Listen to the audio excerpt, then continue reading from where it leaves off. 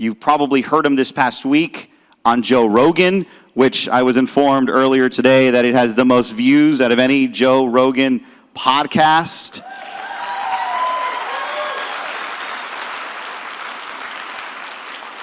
America is hungry for the truth. Please join me in welcoming the man that has started this wave, Dr. Peter McCullough.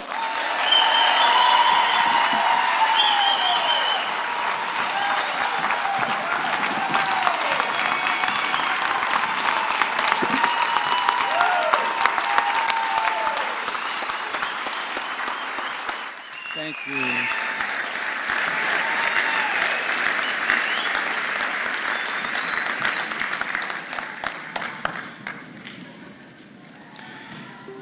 Well, thanks for that warm introduction, and thanks to each and every one of you for attending. I didn't want too much pressure while I got my IT set up here, so let me just make sure I get it going. There we go. And I'll just test my clicker. See if that works.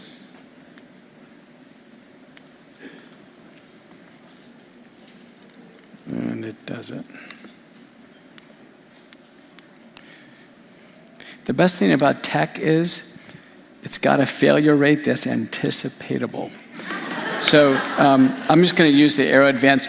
Well, thanks to each and every one of you for attending, and I want to extend my warm welcome. I thought that was terrific. Kevin basically pointed out everything that doesn't make sense. And in general, in life when things don't make sense, it's time to ask questions, because there is no substitute for common sense.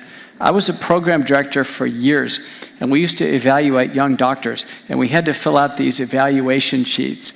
And there was all these things. We graded them on aptitude and whether or not they could communicate, what have you. And I put a little score in the upper right. It was called CS.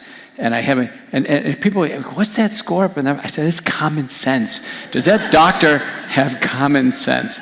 And it's so important. So as introduced, I'm Dr. Peter McCullough. So I am in academic medical practice in Dallas, Texas. I'm at a big medical center. I had patients yesterday. I've got to get back tomorrow because I'll be looking after on call for the hospital. So I practice internal medicine and cardiology. I maintain my boards in both.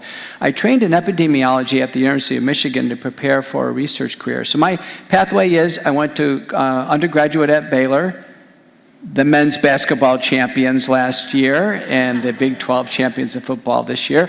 And then from there, I went on to University of Texas Southwestern in Dallas and graduated there. And I graduated Alpha Omega Alpha. The doctors in the room will know what that means, but that's kind of the top cut in medicine. I went on to the University of Washington in Seattle and trained in medicine. And back then in the 80s, it was common to do service. Many of my fellow residents became CDC officers, or they became military service officers. And I did rural health service for 3 years in rural Michigan. And the third year that I worked out a graduate program at University of Michigan. And then after that, I trained in cardiology at the Oakland University William Beaumont School of Medicine. That's what it is now today. We're doing very exciting work in primary angioplasty for acute myocardial infarction. The very first paper I published in the peer-reviewed literature was in the New England Journal of Medicine. And we were just on the edge of that innovation. I always enjoyed that pioneering spirit. And then I worked in my career. I was in different leadership positions throughout my career. And I wanted to finish up in Dallas for a lot of reasons, mainly to kind of reconcile my family together. I knew my parents were getting older. My son, it turned out, he went to college at Baylor undergrad. Now he's in medical school down in Houston. So it worked out really well. But when COVID-19 hit, I knew within a few weeks that this was, in a sense, our medical Super Bowl. This was something big that was going on. And in many ways, I didn't realize it at the time, but I think I was preparing for it. I was preparing for something big, and I wanted to be involved. So I had studied the interface between heart and kidney disease and how those two organs communicate with each other. I set that to the side, and I was like a laser on COVID-19. Initially, really how to prevent it and treat it, working through a whole variety of consortial groups nationally, internationally. and then on to vaccine safety and efficacy. And as an update, I have now 52 papers published in COVID-19. I have over 650 papers in the National Library of Medicine. I think that's tops almost in anybody in academic medicine now. There's a few ahead of me who are older, certainly none younger that are ahead. And I'm the editor of a major journal, Reviews in Cardiovascular Medicine, the former editor of Cardio-Renal Medicine. I'm the current president of the Cardio-Renal Society of America, senior associate editor of the American Journal of Cardiology, which is in our offices in Dallas. And I can tell you that I am supremely qualified to review the data and interpret it and provide my opinions. And this started very early on in the pandemic. And in medicine, no two doctors agree. No two doctors agree. And it's fine to have an exchange of information. It's fine to look at a team of doctors and then have people discuss and vet information and then ultimately come to conclusions. It's not okay to shut down scientific interchange.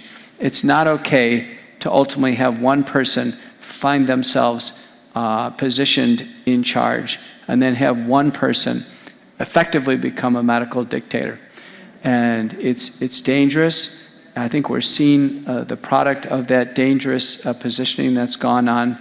And I think everybody is here, as I am, to learn more. So with that, I'm going to go ahead and launch forward. Hopefully this will advance. I may have to get out of it for a second and then re-advance. Okay.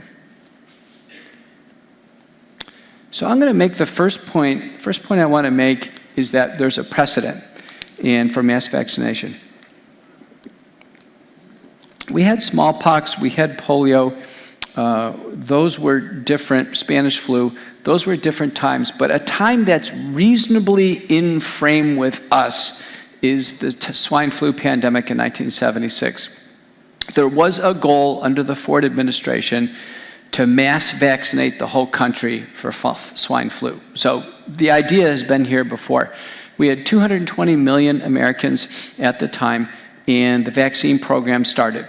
And we got to about a quarter of the population vaccinated, about 55 million individuals, and there had accrued 550 cases of Guillain-Barré syndrome, which is an ascending paralysis from the legs on upward. Some people need to go on the ventilator. And there were 25 deaths. And at that point in time, there was no Twitter, there was no internet, no VAERS system. The newspapers' reports were kind of confusing. Some of them said, well, maybe it's related to the shot, maybe it's not. There was uncertainty. But I'm telling you, the limit was 25 deaths. That was the limit. And then there was a decision made by the stakeholders. President, task force people, shut it down. It's not safe. We cannot inject people and have them die. It's just something we will not do in medicine. We never do that. We never do that. Now, ultimately, there was 53 deaths, as is read here, that there was hundreds of compensation claims. President Ford would have loved to have that capstone on his presidency, that he vaccinated the whole country and saved them from a disease, but the right decision was made.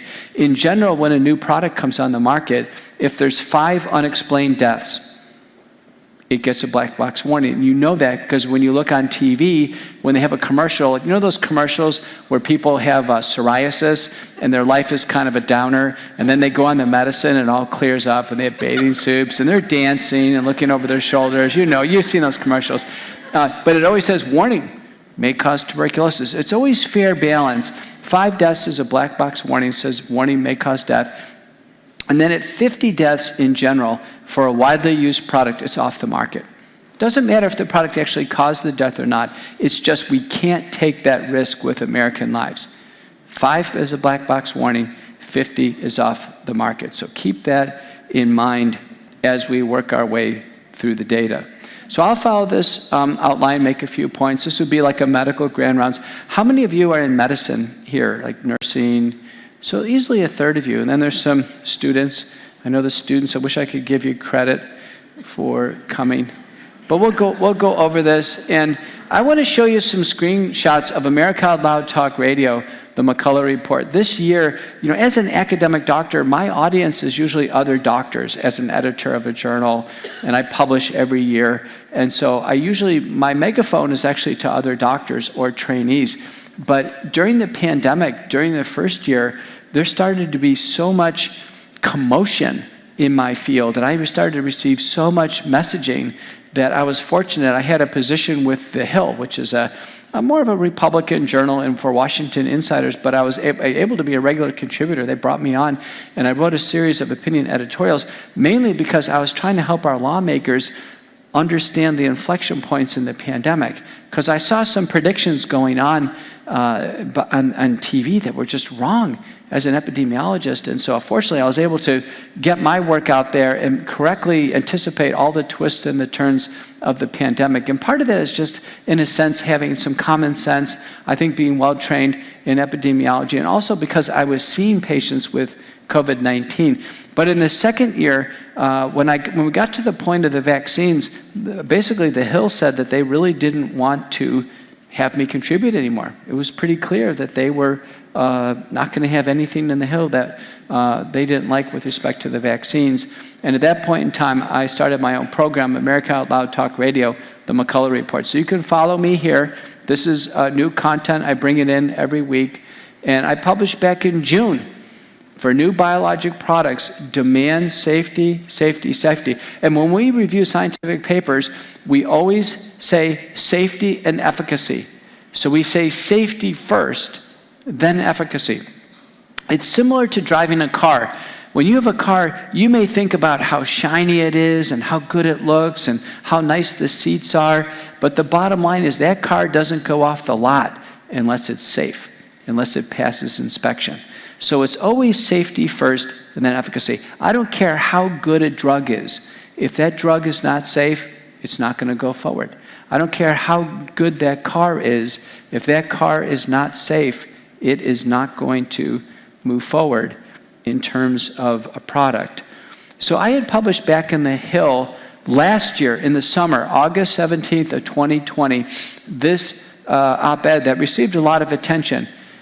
The great gamble of the COVID-19 vaccine development program. So this is before the results of the registrational trials and before any American had actually been injected in the public program.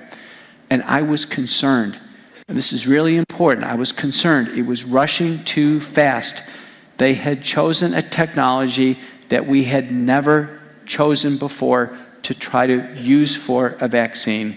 This technology, I was familiar with it because there is one messenger RNA product that's available. It's in my field in cardiology. It's called Patisiran, which is an injection we can do for amyloidosis, and it's a small interfering messenger RNA, but we've never used a messenger RNA or an adenoviral DNA to actually turn things around and, in a sense, take over the body so the body produces an abnormal protein. That had never been attempted in the history of medical science. So the virus, as we know it today, you can envision it like a ball. The ball is called the nucleocapsid. Inside are the coils of RNA. But the main thing I want you to know about the virus is the spike protein. Everybody now should know the spike protein are the spines on the ball of the virus, or you can visualize them as a bud. But the spike protein is very, very important. It's 1,200 amino acids. It has about 12 glycosylation side chains. It has an important hinge joint in the middle called the furin cleavage joint, which was manipulated in a lab in China. This is now, I think, well understood. And that manipulation, it kept working and working on it through a series of experiments in order to allow that spike protein to fit in a human receptor called the ACE2 receptor, and then undergo that furin cleavage so the virus could inject its contents into a human cell and then start that infection process. That was actually created. That was created. Senator Rand Paul, through a series of these in Senate investigations, he is on that like a laser. And now there are books that are written that are fully exposing the spike protein was manipulated in a lab in China to become more infectious and more dangerous and invade the human body. There's lots of coronaviruses. They don't invade our human body. You've had coronaviruses as the common cold. You haven't had something like this rip in through your lungs and through your blood vessels. It's all about the spike protein. Everything we know about the spike protein is bad. Everything, 100%. If you were to pick something that's bad for the human body, it would be the spike protein. You would never want to get anywhere near the spike protein because of its engineered weapon to damage the human body. Well, here are the vaccines. On the right is Pfizer and Moderna. On the left is Johnson & Johnson. Outside the United States, AstraZeneca. Let's take Pfizer and Moderna first. Pfizer and Moderna are messenger RNA. So it's synthetic RNA in a lipid nanoparticle. There is a 3' and 5' synthetic cap. The RNA code is in the middle, and that actually goes into the cytosol in the rough endoplasmic reticulum, and then it harnesses ribosomes. The ribosomes read the messenger RNA, and the ribosomes then assemble the spike protein. So for the first time when someone takes a vaccine, some of their cells are actually making a foreign protein that was designed in a lab in Wuhan, China, with the help of the United States. And this process occurs, the spike protein, the red buds again, they move up to the cell surface. When they're expressed on the cell surface, the body knows they are not supposed to be there. It's an abnormal protein. So the body's own cells are producing an abnormal protein, and then immediately the body responds to it. And so those cells, in a sense, come under attack from the body's own natural immune system. T cells, other forms, T cells attack the cells. There's complement that load in, start lysing cells. But the hope is that the spike protein would be picked up by those star cells, antigen-presenting cells, present them to B cells, and then we'd actually start to make antibodies against the spike protein. That's the goal. But it's a really hard way to get the body to make antibodies because we're exposing so much of the human body to the spike protein. When the lipid nanoparticles are injected, we don't know where they're going to go in the body. It's clear they don't stay in the arm. The autopsy studies show they go everywhere. Brain, heart, adrenal glands, the reproductive organs. And we know that now because of these organ injury syndromes that we're seeing with the vaccines. So that's Pfizer, Moderna. In several papers now that I've published with Tony Karagakoulis at the Hellenic Institute in Greece, we think the messenger RNA has a lifespan of several months in the human body. It must be go through cell division and pass from mother cell to daughter cell. It's very durable because the synthetic analog caps are synthetic, and so the human body doesn't know how to break those down. And it's known because, like patirasan, which we use anyway in clinical medicine, we don't want it to be broken down in a day or two. It's actually designed to be a medicine to last in the body for many months. Now on the left is Johnson & Johnson or AstraZeneca. That's adenoviral DNA. So that's a replication defective viral vector. It injects DNA into the cell. So actually it goes into the nucleus of cell. And then that DNA is actually incorporated in the cell and starts to produce messenger RNA. That messenger RNA then again transcribes the spike protein. For both types of vaccines, there is an uncontrolled production of spike protein for an uncontrolled duration of time. That's the gamble. That is the gamble. I can tell you what we've learned. When people die of COVID-19, and the average age of an American who dies with COVID-19 is age 83, they die because the spike protein exposure they've had with the respiratory illness is lethal. It's lethal. They are killed by the spike protein. So the gamble that we're taking is if we inject hundreds of millions of people with vaccines that trick the body into making the spike protein, the gamble is there's going to be some people who make too much spike protein for too long and it has a rip in their body.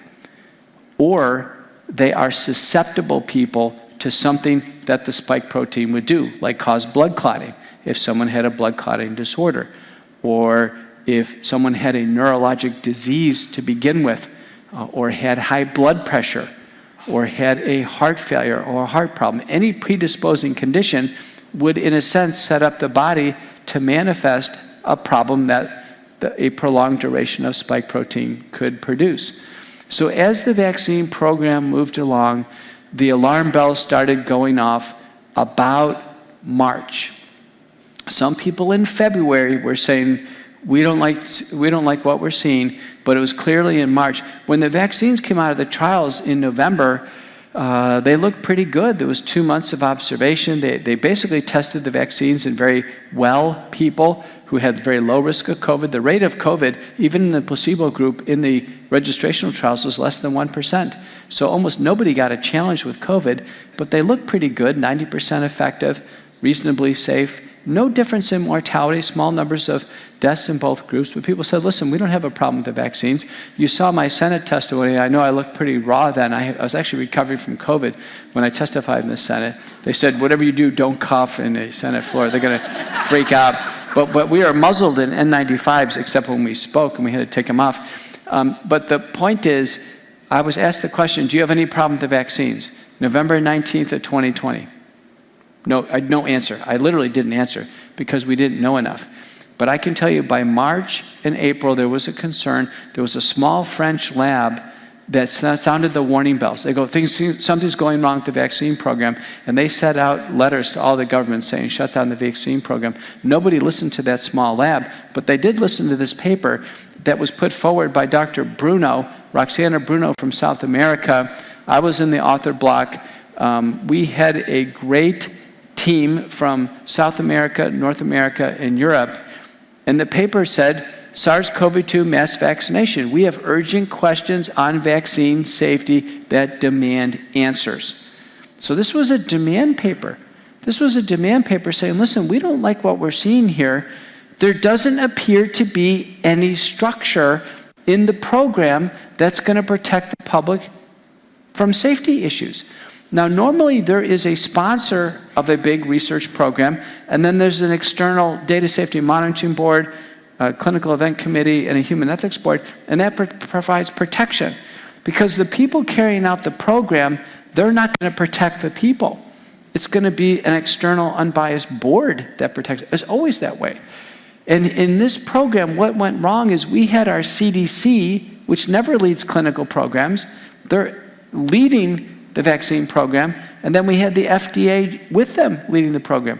The FDA is supposed to be a watchdog, the CDC is supposed to be a data analytic group, and the National Institutes of Health is supposed to be just a government research group. We should have had a separate group leading the vaccine program and then having an external data safety monitoring board making sure it's safe for Americans. We didn't have the right setup.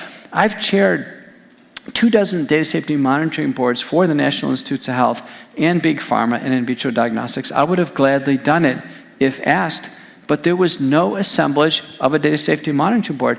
This paper basically said, listen, if we can't get safety under control in the vaccine program, we need to shut it down because people are going to be injured. Our concerns were that the messenger RNA or adenoviral DNA, that it induces production of the spike protein, and the cells, the tissues, and the organs almost certainly are going to be damaged. The spike protein must be in body fluids because the Chinese told us that the virus gets into all the body fluids. So the spike protein must go everywhere. It must be in donated blood. That the vaccines weren't tested to see if the genetic material is going to be installed in our bodies or not. There was no testing, even preclinical testing, to see if they caused cancer or caused birth defects. That there was a concerning ovarian biodistribution study. The Japanese and Pfizer had reviewed the data, and it looked like the vaccines hyper-concentrated in the ovaries of female animals. Very concerning. The European Medical Association had a study from Moderna showing that it dropped fertility. The last thing we want to do is vaccinate young women and then ultimately impair fertility later on. These things didn't look good at the time we wrote this paper. There was no safety boards, I mentioned that, and no restriction of the properly excluded groups.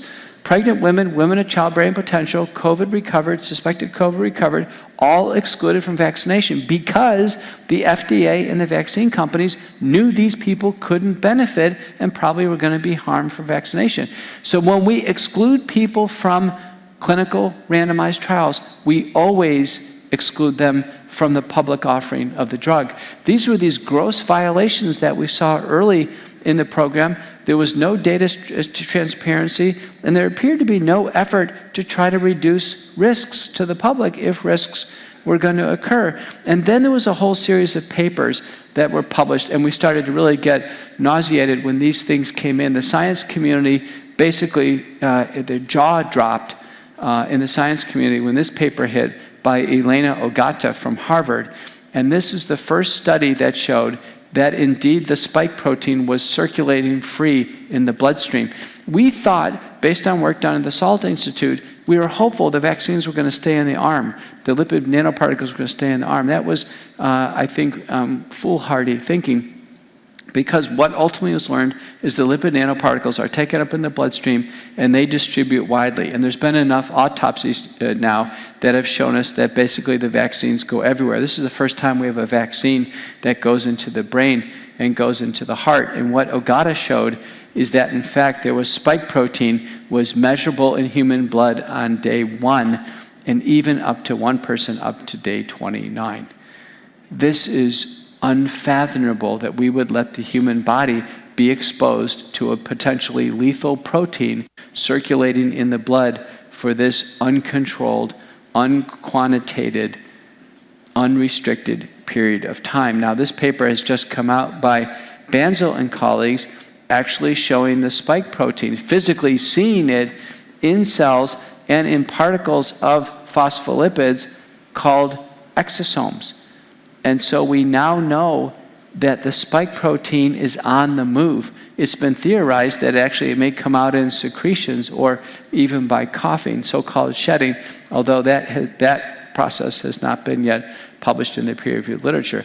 Then this paper hit at the end of July by Bruce Patterson, who was formerly at Northwestern and Stanford. Now he started Incell DX, the company, and you can see the title of the paper, that the SARS-CoV-2 spike protein is recoverable in human monocytes up to 15 months after the respiratory infection, the S1 segment, the outer segment.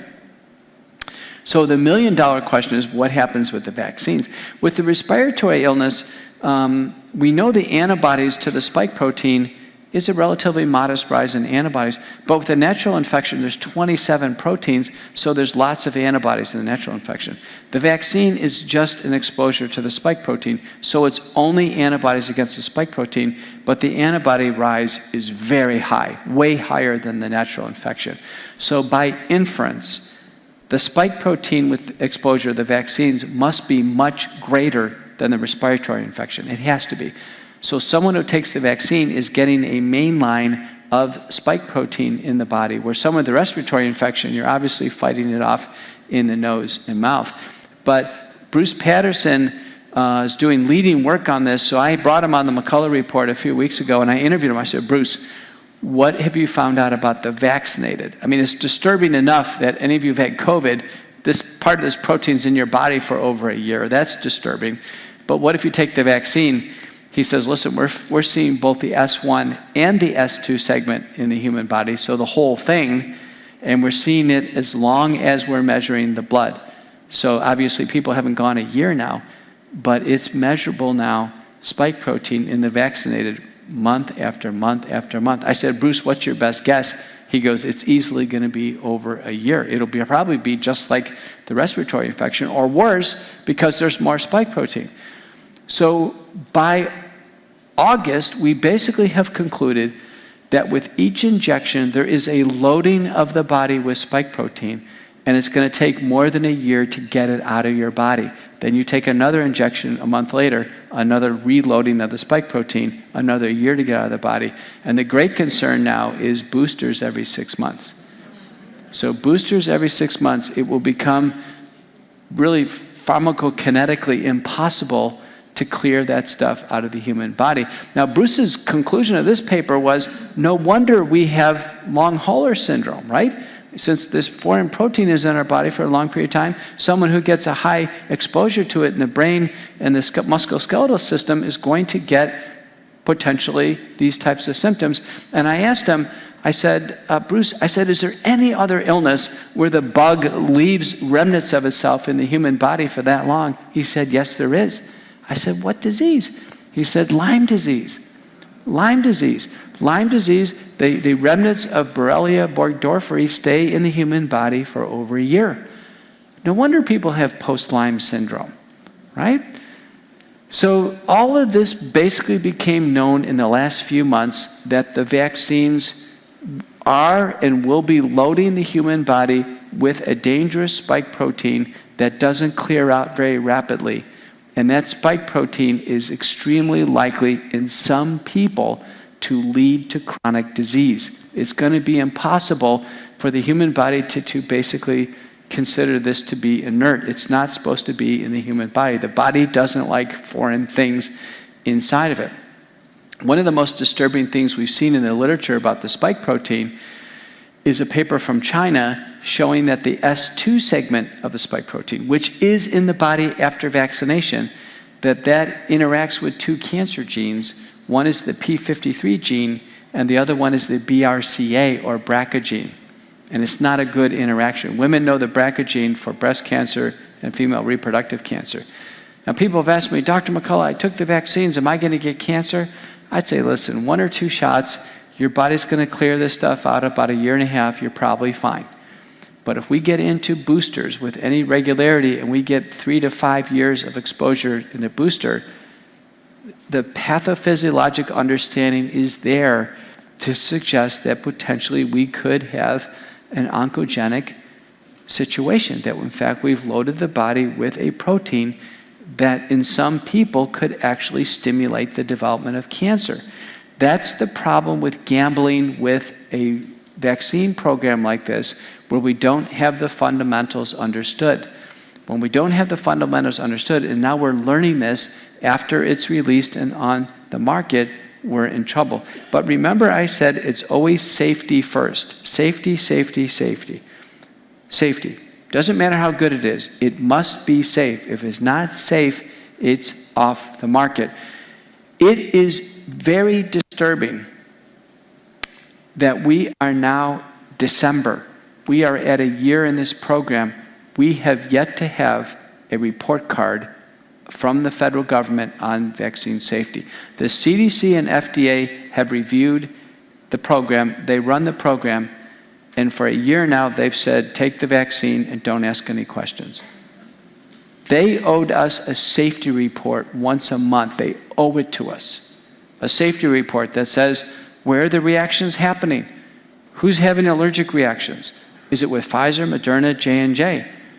Who's having these other complications? How can we prevent them? Is it happening in certain locations of the country or others? They have provided no report on safety. A monthly report is a minimum expectation. I have run very big clinical trials programs from a data safety perspective. I can tell you that is a standard. And when we did not see the safety report in February, I was like, wait a minute. We've gone through February and there's no report. We actually don't know if there's a problem. We wouldn't know if there's a problem unless there's a report. You wouldn't know if there's a problem with your car unless your car got an inspection at the dealership. There's no safety report. And then month after month went on with no review of safety. There's also been no review of efficacy. The government hasn't told Americans which vaccines are the best, which ones are holding out. And so what we've had to do is rely on later on published papers, and I'm going to show you those papers. What the government is saying and what's on the FAQ for the vaccines is you look at the data yourself in the vaccine adverse event reporting system. Any one of you who have taken the vaccine, you know that on the FAQ it says, listen, this vaccine is it's investigational or research. We don't know if it's going to be safe or not. We don't know if it's going to work. And the side effects could be as much as a sore arm all the way to the point of death. It's right in the consent form. I have them on my computer. And then everything after that, go to VAERS, Vaccine Adverse Event Reporting System. When you sign consent, you're agreeing to participate in VAERS if you have a side effect. So here was the first VAERS report. It turns out that we were in trouble back January 22nd, 2021. We already had 182 deaths in January 22, the total number of deaths for all the vaccines per year is about 158, 278 million shots. We give a lot of vaccines in the United States. 182 was already over the line, and we had only vaccinated 27 million individuals. And there were some other non-fatal events that could have been fatal, like a hospitalization or a stroke or what have you. So we had a signal of death, which is the most serious outcome ever. The most serious outcome, and we had some non-fatal events that were concordant. And at this juncture, if we had a safety board, or if we had responsible and concerned government public health leaders, they would have stopped the program and said, listen, we got to stop it, and we've got to find out what's wrong with the U.S. vaccine program. We must figure out what is going wrong. The date was January 22nd, 2021. What happened? People started to get nervous. We started to get the VAERS data ourselves. Jessica Rose, a viral epidemiologist, got the data. Now this was published September. It takes a while to get data and get the review done and analysis. But she published, it's pretty obvious, VAERS is an early warning system. Look at 2021. Look at the number of absolute total safety reports. It's a skyrocket. Look at 2021 in terms of deaths. 6639 domestic U.S. deaths in the September analysis. It was probably data in arrears up to July. It's obvious the VAERS system was telling our government to shut it down. The VAERS system is supposed to be an early warning system. It's saying, warning, warning, we have a problem with the U.S. vaccine program. Well, it just kept going and going. No one ever shut it down. Now through December 3rd, 2021, we have 19,886 deaths. Half of those are domestic within the United States. Half are from countries that we report through our system. We know from a paper from Meisner and colleagues earlier, before the COVID vaccine, that 86% of these deaths in these reports are made by doctors, nurses, healthcare workers that think the vaccine were related by the drug companies. Only 14% are reported by the patients or the patients' families. This is not an over-report. This is not an overreaction. Each one of these VAERS reports takes about a half an hour to fill out. It's many pages. They're filled out under the threat of federal fines or imprisonment if we falsify data. We would never falsify a VAERS report. It's like falsifying your tax returns. You don't do it. The doctor has to put the doctor's name all over the place. The doctor's completely accountable. Many of these, the CDC calls the doctor to verify it. These are the permanent VAERS numbers. This is not a false alarm. This is not an over-report. This is the real deal. And look at these numbers. Over 350,000 hospitalizations or emergency visits for people who were injured. There are 32,644 people permanently disabled from the vaccines. 16,918 cases of myocarditis. Nearly 10,000 heart attacks. We have of 22,000 life-threatening and 35,000 severe allergic reactions that could be life-threatening. Look what happened in 2021. It's a huge jump in events. And look at the timing. Almost all of them occur within the first few days of taking the vaccine. Look on the right. The right are the organ injury syndromes that have been described with the COVID-19 vaccines, all the way from the brain down through all the other organ systems. This safety report, as of December 3rd, for the U.S. COVID-19 vaccine program, is like a war. This is like a war. It's as if America went to war, and these are the troops that we've lost. This is worse than 9/11. This is worse than any medical catastrophe of all time. This is supposed to be an answer to COVID-19, but yet it's turned out to be a disaster. When the vaccine program was launched, we had about 200,000 deaths in the United States. I testified. You saw my testimony in the Senate. I thought we could have saved at least half of those lives with early treatment. But we had already lost 200,000 Americans. Then the vaccine program gone. The vaccine is tacked on now 19,000 deaths, at least half domestic, and nearly 1 million injuries on top of all this. We can't have a solution to the problem, bring on and create a brand new problem, a big brand new problem. And so people actually knew about this. This was suppressed in the media. You never saw this report on CNN. You didn't see it on Twitter or YouTube. People were starting to post this. This was getting scrubbed off. People started to get worried. People started to talk. You know, by April, the vaccine rates in the United States plummeted. People stopped going to these vaccine centers. Almost everybody who got them got it in December, January, February, March. By April, plummeted. And people were talking.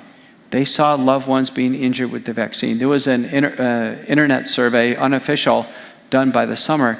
And the question says, who here knows of someone who died of the vaccine or in their circle knows of somebody who died of the vaccine? And the answer was 12%. 12% is enough to get people worried. And the word was out that you could die after the vaccines. And so with that realization, there started to become inducements. Remember, at first the vaccines were just voluntary. Take the vaccine if you want it. If you don't want to find research, we're not going to put any pressure on you. And then after April, we said, well, listen, how about if we give you a donut? How about a cold beer? How about a raffle free college scholarship? If you're a college kid, you take it. How about $1 million raffle? How about a little fun in a European brothel? All offered. And the inducements to take the vaccine became sickening. Sickening. I mean, historians are going to write about that, about how grotesque that was. Why don't you gamble your life for a little fun in a brothel for 15 minutes? Why don't you gamble your life away for a donut? Come on, it's okay, it's safe, it's effective. And people were like, nah, I know about this, I'm not going to. And so you know what people no one took these donuts. They didn't. They didn't take the donuts, and nobody took the vaccine.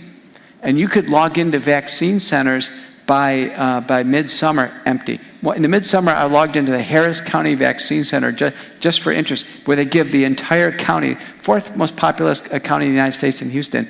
Every single slot was open. Not a single person in that county was going to take a vaccine that day.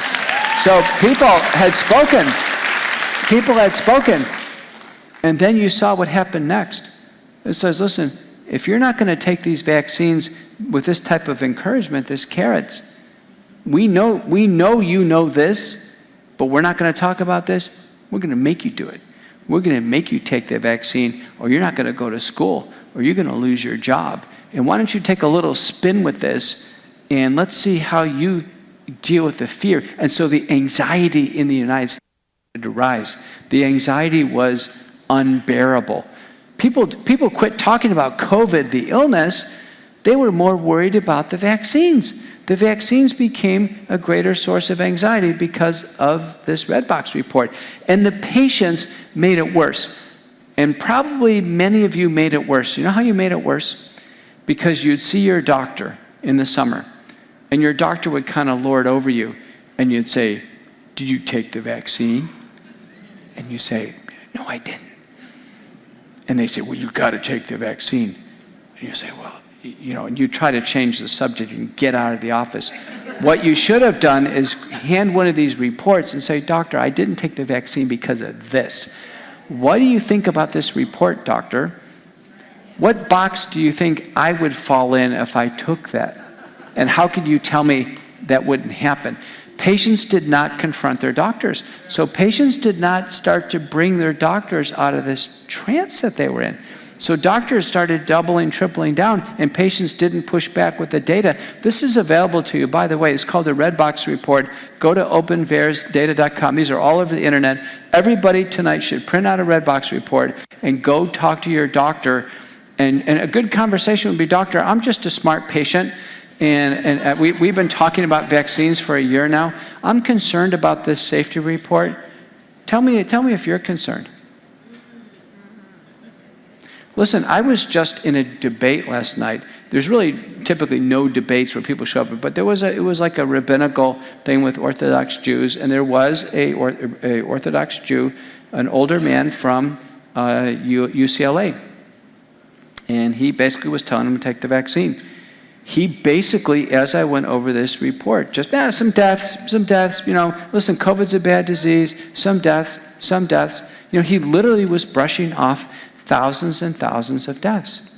In fact, around March time frame this last year, some people in my circle, they'd come by to visit, and I was working on my computer doing this, and they came up and they were biked up, real healthy about my age. They go, "We got the vaccine." They still had the Band-Aids on. "We got the vaccine, we're good." I said, "What do you think about the vaccine, Doc?" I said, "I'm kind of concerned. It's March, and we've had 1,200 deaths. 1,200 deaths. And do you know what the man said? He goes, 1,200 deaths? He goes, "Are you kidding me? We vaccinated 60 million people. 1,200 deaths, small price to pay." I finished the thought in my head. Small price to pay for the Aryan race. That is the thinking of eugenics. That is the thinking of Nazi Germany. That doctor who was debating me last night, he thought 19,000 dead is okay as long as he survived. That is the thinking in people's minds. It is a eugenics type of ethnic, type of social cleansing thought process that goes on in people's minds when they see large numbers of people dying with the same exposure. I got it, I'm good. I'm good. Well, you take yours. You take yours. I survived it, and you can see the anxiety. You ever see people with anxiety? One of the best memes that's out there, I have it on my phone, I should make a slide, is a woman and she's holding her head like this, and they say, "What's the matter?" She goes, "My vaccine doesn't work unless you take yours." Right? Yeah, so there is that feeling like, listen, these vaccines, everybody knows these vaccines don't work that well, and they're not that safe. But the anxiety is through the roof, and people are saying, listen, the only way we can get through the epidemic is that if everybody just takes the damn vaccine, and if you die, tough luck. And that's where the unacceptability, the kind of that certainly Judeo-Christian ethic, the person who said, small price to pay, he was Jewish. Very interesting. How quickly people forget. Look at Israel. How quickly people forget that type of thinking and where they've gotten themselves. We never do that. One life lost is too many. 19,000 is an outrage.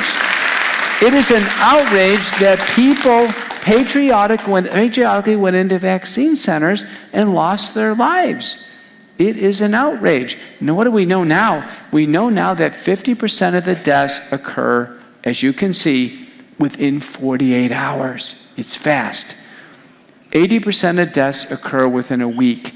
It's very tightly related. It's not a random thing. It's not a random thing months later. These occur almost like right after the shots.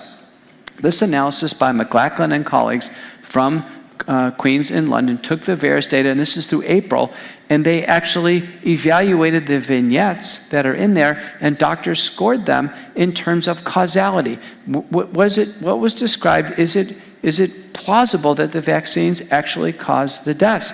What the answers came out of this analysis is that 86% of the time, there was no other explanation.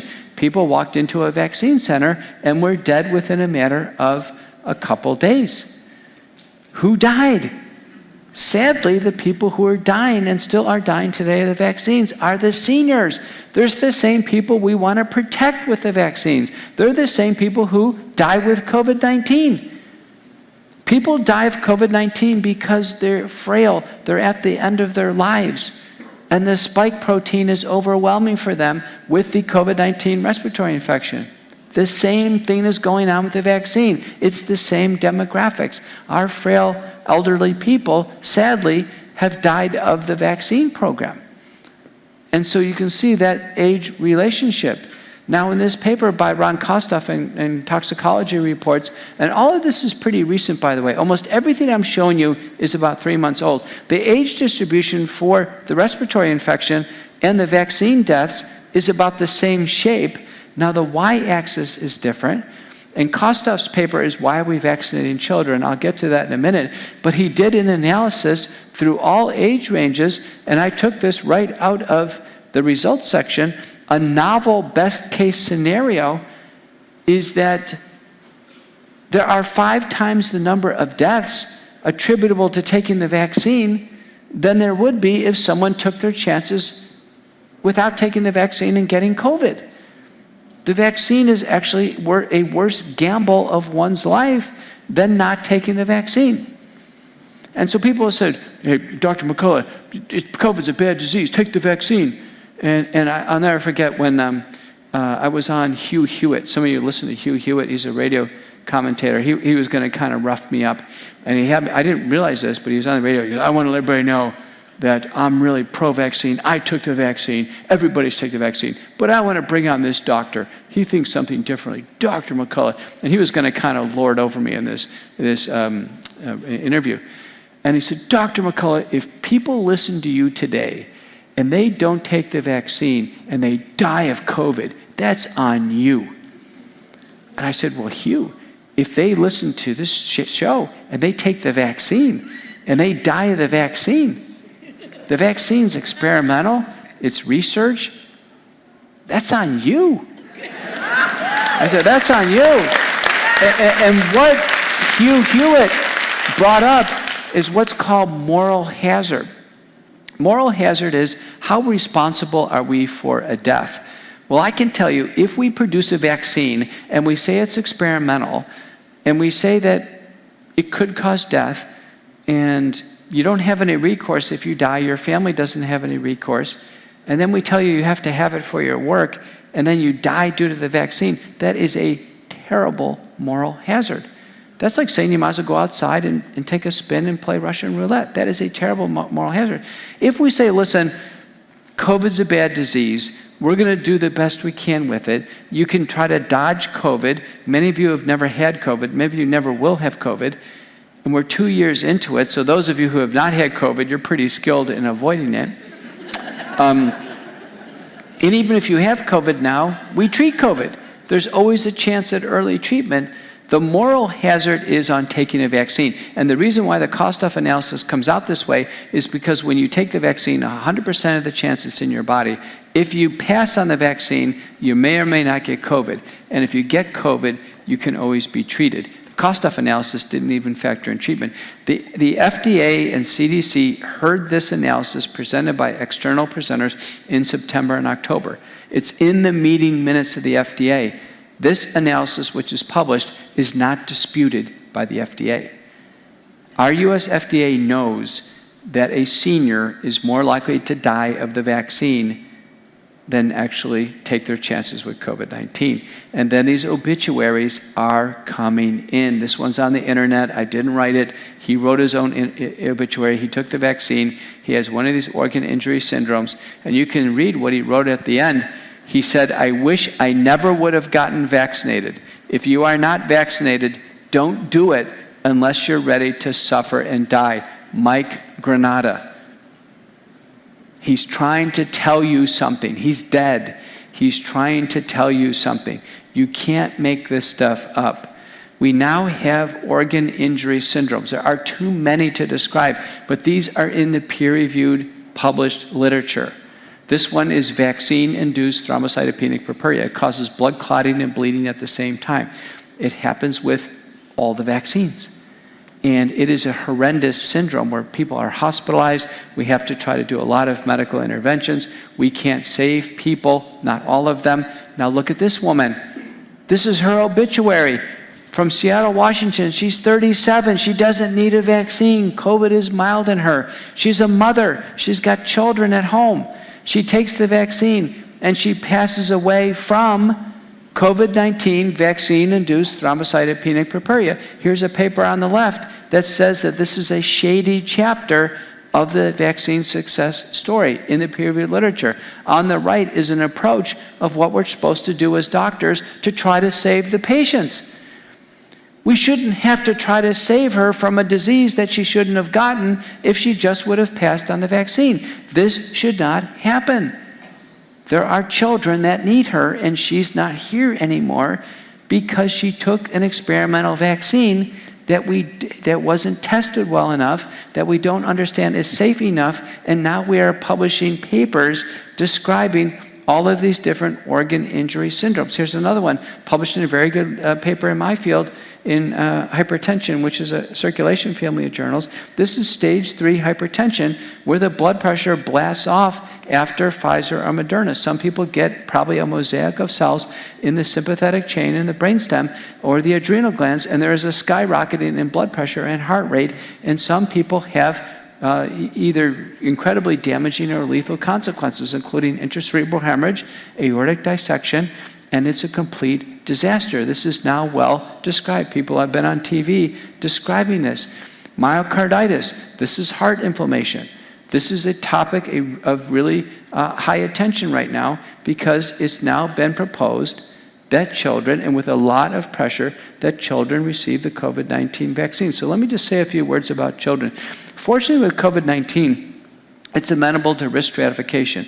The average age of death in the United States of COVID-19 is 83. So it's a problem of our seniors. Seniors. Younger people, like people in this audience, we get through COVID-19 just fine. Children, COVID-19 is less than a common cold. They get a drippy nose. Average kid gets 4 colds a year. They won't be able to tell COVID versus not. Now, we have about 600 deaths per year in the United States of children. Sadly, they're respiratory illness deaths with influenza or pneumococcal pneumonia or respiratory syncytial virus. And it's largely children with cystic fibrosis or congenital heart and lung disease. The children aren't well to begin with. And then last year in COVID, we've had about 600 children die with COVID. It largely replaced those who would have died with flu. The analyses are that maybe one child actually really died of COVID, and sadly that child didn't receive any treatment. It's because it's very treatable in children. We can treat COVID-19 if they have severe symptoms with albuterol, budesonide, azithromycin liquid, methylprednisolone liquid, weight-based aspirin. We can always get kids out of it. Children are not a problem with COVID-19. Now, in the September and October pediatric meetings at the FDA, it was generally agreed in the meeting minutes that 40% of American kids had already had COVID through May. And now with the Delta outbreak over the summer, my estimates are 80% of the children have already had COVID-19. It's over with. They've already had it. Am I right? I think I am. Why? Because the kids are back at school. They're all back at school. No outbreaks. If the kids are back in school and there's no outbreaks of COVID, it's done. It's over with. It's over with. There's no rationale now to try to vaccinate the children. It's not a severe illness for them, and we potentially could offer harm. And in the debate I had last night, one of the people who are listening asked the question, why would anybody want to vaccinate children anyway? I said, well, I don't. I didn't propose it. I was on national TV back in May. I said, listen, nobody under age 30. I couldn't even back at that state of knowledge, I said nobody under age 30 just wouldn't need it. I think what's going on in this kind of mass fear of people, older people who are really scared of COVID-19, I think they're trying to use the children as human shields. That's wrong. And anybody in your circles who proposes a child be vaccinated, why don't you bring that up? Why don't you bring that up? Who's this vaccine really for? Is it for the child? Or is it an attempt to make that child a human shield? Do you know there are divorced parents right now where one parent wants the vaccine and the other ones don't, and they're going to court?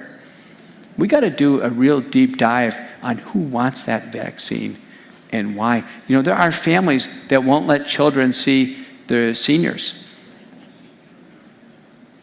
because the children haven't taken the vaccine.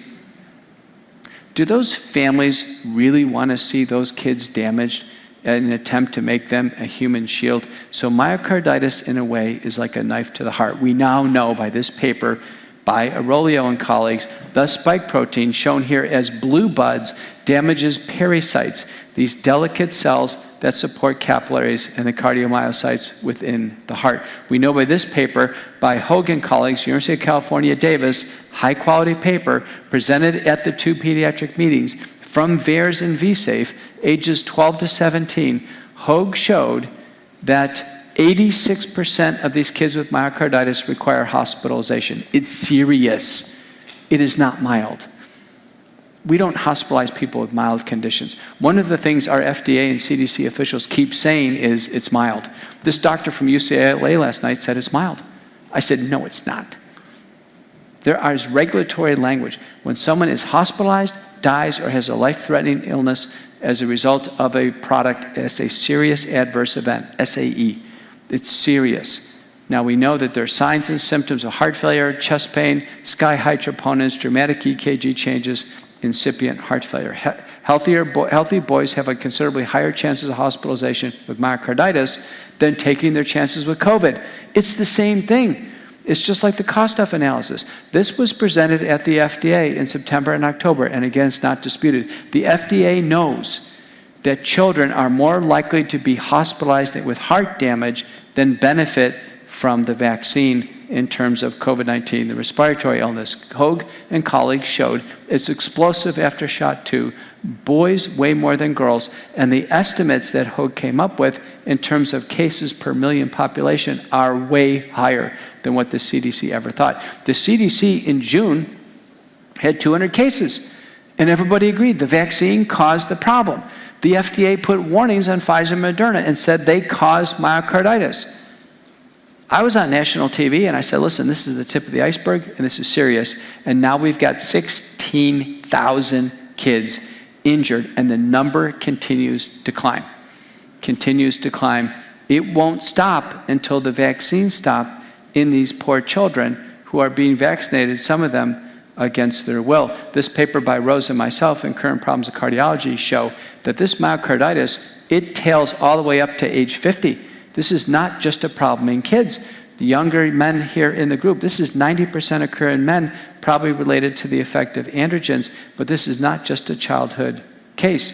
And now the concerning cases are rolling in. This paper by Lim and colleagues from Korea, this is a woman. She's 38 years old. She doesn't need the vaccine at 38. COVID is mild in her at that age. 7 days after Pfizer presents with chest pain, she has dramatic EKG changes. She completely progresses to cardiac standstill. She's getting CPR, and fortunately, this is a really skilled center in Korea. They put her on ECMO, extracorporeal membrane oxygenation, and they save her. They save her with the most advanced type of life support that we have in medicine. They save her from something that never should have happened. Having myocarditis and complete pump failure and going on ECMO, when you're a young woman, you should be enjoying your family and life instead of being destroyed in the hospital. This young man wasn't so lucky. This is another paper from Korea. 22-year-old man develops chest pain 5 days after the first dose of Pfizer. He comes to the hospital, he dies 7 hours later, and he has massive inflammation, not only in the atria, the ventricles, but also in the conduction system. With myocarditis, it's a massive amount of inflammation in the heart because the spike protein is loading into the heart. The body doesn't like that. The body reacts to it. A principle of myocarditis management is we never allow young people to exercise with myocarditis because that extra force on the heart will cause the heart to have worse inflammation and cardiac death. This is a young man. I don't know if he exercised or not, but I do know we are approaching 200 athletes in Europe who have dropped dead on the field. The montage of this is extraordinary. If you go on the internet right now, you'll see young person after young person, young men dying on the field.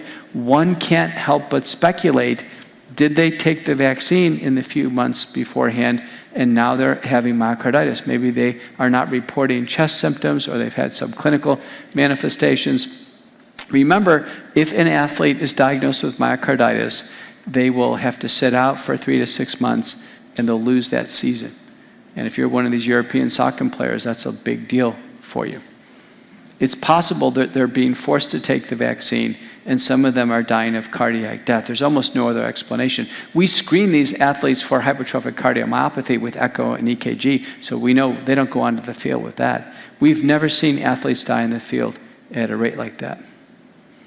We have 111 commercial pilots now since the onset of the vaccine program that have died unexpectedly.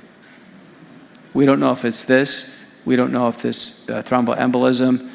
We don't know in these cases when they took the vaccine, but there needs to be a deep dive. I'm telling you, this wasn't the first fatal case. The first fatal case was reported by Washington University in St. Louis, and it's incredibly disturbing that our children are now going to be vaccinated if it's allowed, and then this will play out in some of them. The children, there will be deaths among American children. Now, in preparation for this mass casualty situation, this is Australia, this is a country ahead of us in the vaccination curve. They have already issued a new item of cardiac MRI for myocarditis due to the vaccines, and they've already arranged a fee schedule for this. You can see almost a perverse adaptation to the fact that we're going to vaccinate our kids are going to be damaged, and so we'll be getting MRIs and putting them in the hospital. You can see how distorted this is. A child should never need to have an MRI or never have heart damage because they should never get the vaccine. It's pretty simple. If children want to stay healthy and parents want their children to be healthy, simply don't let them get the vaccine. If these vaccines, the vaccine-induced diseases that we're seeing, will probably be a leading public health threat. I think 1 or 2 shots back in January, and nothing wrong. We had 200 million people take the vaccines. There's been 1 million people injured.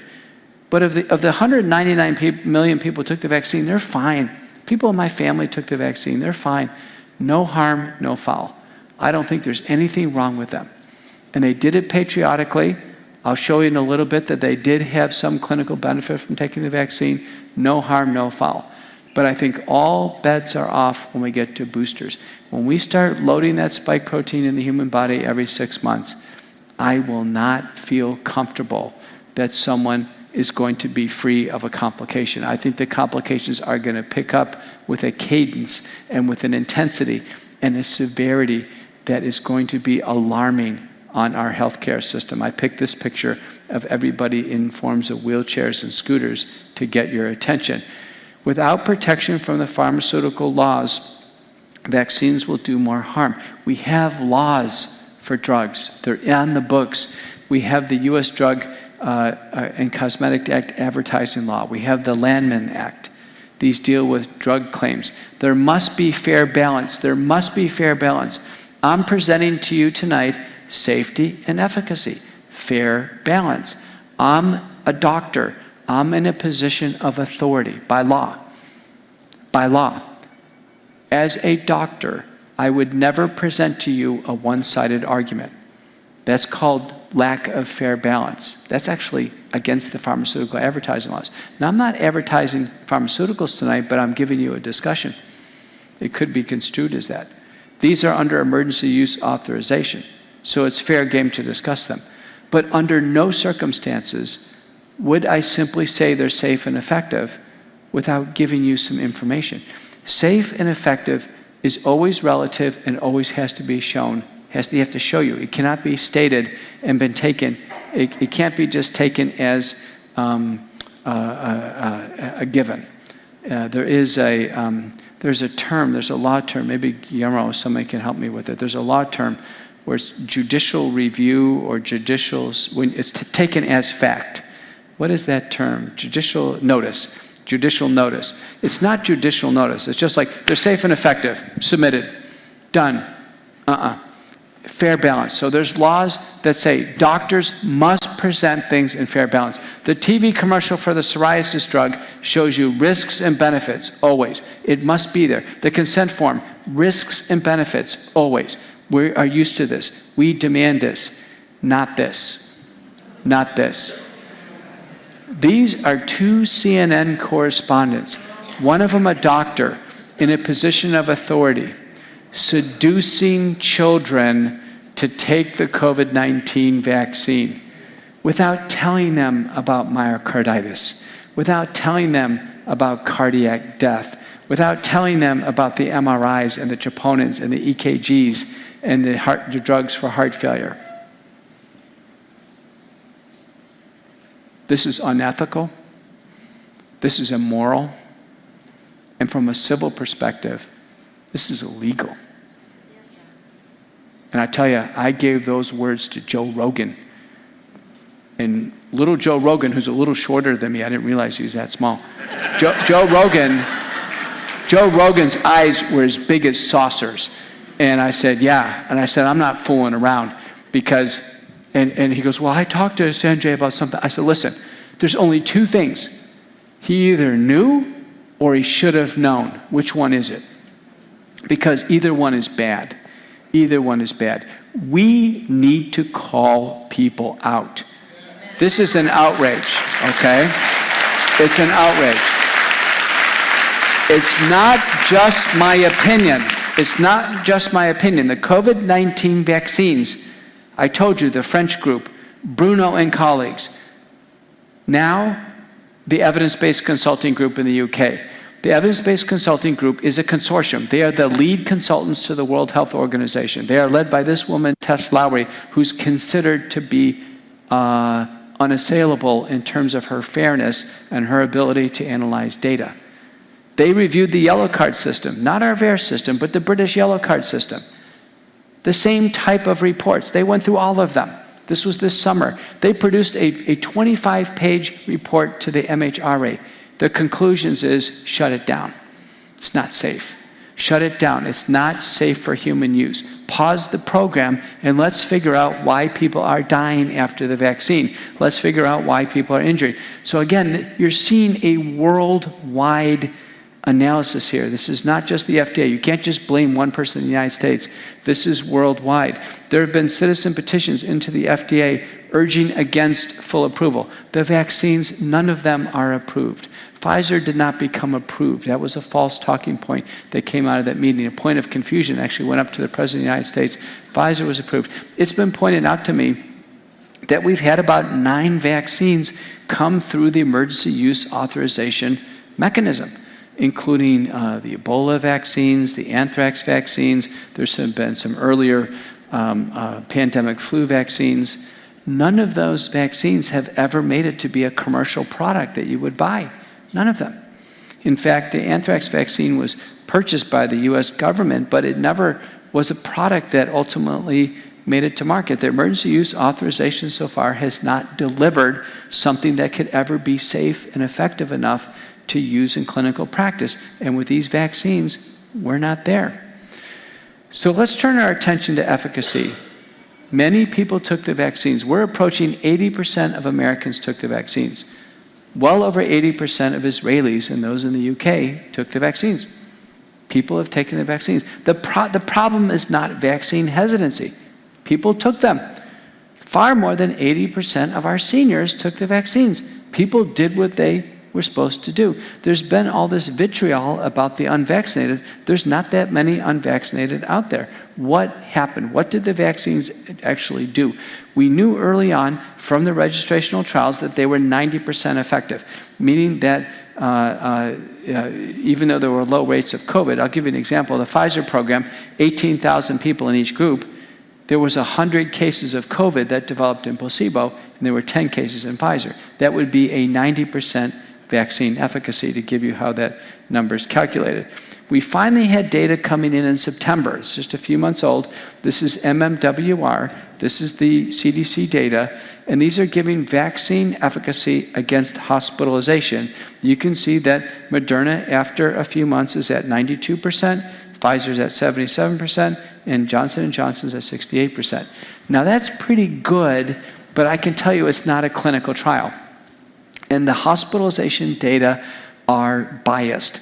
And the reason why they're biased is because once somebody gets a vaccine, the CDC says don't do any more testing. So people come in for heart casts, gallbladders, pregnancy, whatever, no testing. However, an unvaccinated person, test. So the unvaccinated are getting way more tests and generating more positive cases compared to the vaccinated. It is a stilted program. And I think that's what's generating these numbers, because none of the other numbers for the vaccines look as good as this. I think this is contrived. But having said that, this is largely through the spring of this year with the wild type alpha and beta. The paper acknowledges that they didn't have accounting for the Delta variant. The Delta variant is the mutated form of the virus that we have now, which is now known to escape the effect of the vaccines to a great extent. Now, this paper has just come in the last month or two. This is probably the CDC's showcase paper from the Ivy Network, and the first author is 1040, and it's called The Association Between Messenger RNA Vaccination and COVID-19 Hospitalization and Disease Severity. So again, it has these stilted numbers of protection against hospitalization, about 85% protection. But I put up figure number 3 for a reason, and it's really a table to show you that people who got in the hospital that looked like they really had COVID, not just testing positive, but they really had COVID, there was about a 59% protection against progression of disease. But the bottom line is what I've highlighted. For those vaccinated who ended up in the hospital, the death rate was 6.3%. Unvaccinated, the death rate was 8.6%. The p-value is not statistically significant. So I'm telling you, there is an advantage to being vaccinated with slightly lower deaths, but it's not an overwhelming benefit. It's a small benefit. Okay, next paper. Cohn and colleagues, VA. This is our largest source of data that we have right now. 780,225 veterans. We don't really know if they have COVID, but they do know if they've tested positive in the hospital. And these are the survival curves. So let me separate them out for you. Age over 65, what do we know? For people dying of non-COVID reasons, those who were vaccinated had a little better survival than the unvaccinated. That's called selection bias. That means people who take the vaccines are less likely to die of other things because they're probably more interested in their health. It's called selection bias. That's the reason why we do randomized trials. So the mortality benefit that we're seeing with the vaccines has a baked-in degree of selection bias. But the other curves are important, and the y-axis we need to study. There was a 12-point difference after about 4 months with vaccination protection associated with the vaccine, a 12 percentage point difference. That's a 12% absolute risk reduction, which is pretty large. That means the number needed to treat would be about 8 for those over age 65. So I'm telling you that over 65, there is a protection benefit from mortality. Now, obviously, this assumes that people survive the vaccine to begin with. How about under 65? Under 65, different story. What's tricky here, and I had missed this actually on one of the interviews, is that the y-axis changes. But here, the difference between these lines of vaccinated, unvaccinated is 1%. And this is when I showed that to Joe Rogan, he goes, well, gosh, that's not very much. Because obviously he looked at that curve thinking he's under 65, just like me. The majority of you under 65 in this room, I'm telling you, based on the best data available, there's about a 1% benefit for you to take the vaccine for mortality. And that benefits at about 3 to 4 months after the shot. What happened in September is the protection rates fell off a cliff for Moderna, Janssen, and Pfizer, because in September, we reached about 6-month expiration date on the vaccines, and we had the full development of the Delta pandemic by that time. And Delta is resistant to a great extent to the vaccines. So if we were to redo these curves now, none of them would look so good because the coverage is wearing out. Now, that's the reason why all the regulatory authorities say take a booster, because they know the vaccine coverage is wearing out. Now, in all the analysis, by the way, Moderna is the best vaccine for coverage, then Pfizer, then J&J. And just today, actually, the FDA now is kind of tipping their hand towards Pfizer and Moderna for more efficacy. Moderna is 100 micrograms of messenger RNA, Pfizer's 30 micrograms, and Johnson & Johnson's adenoviral DNA.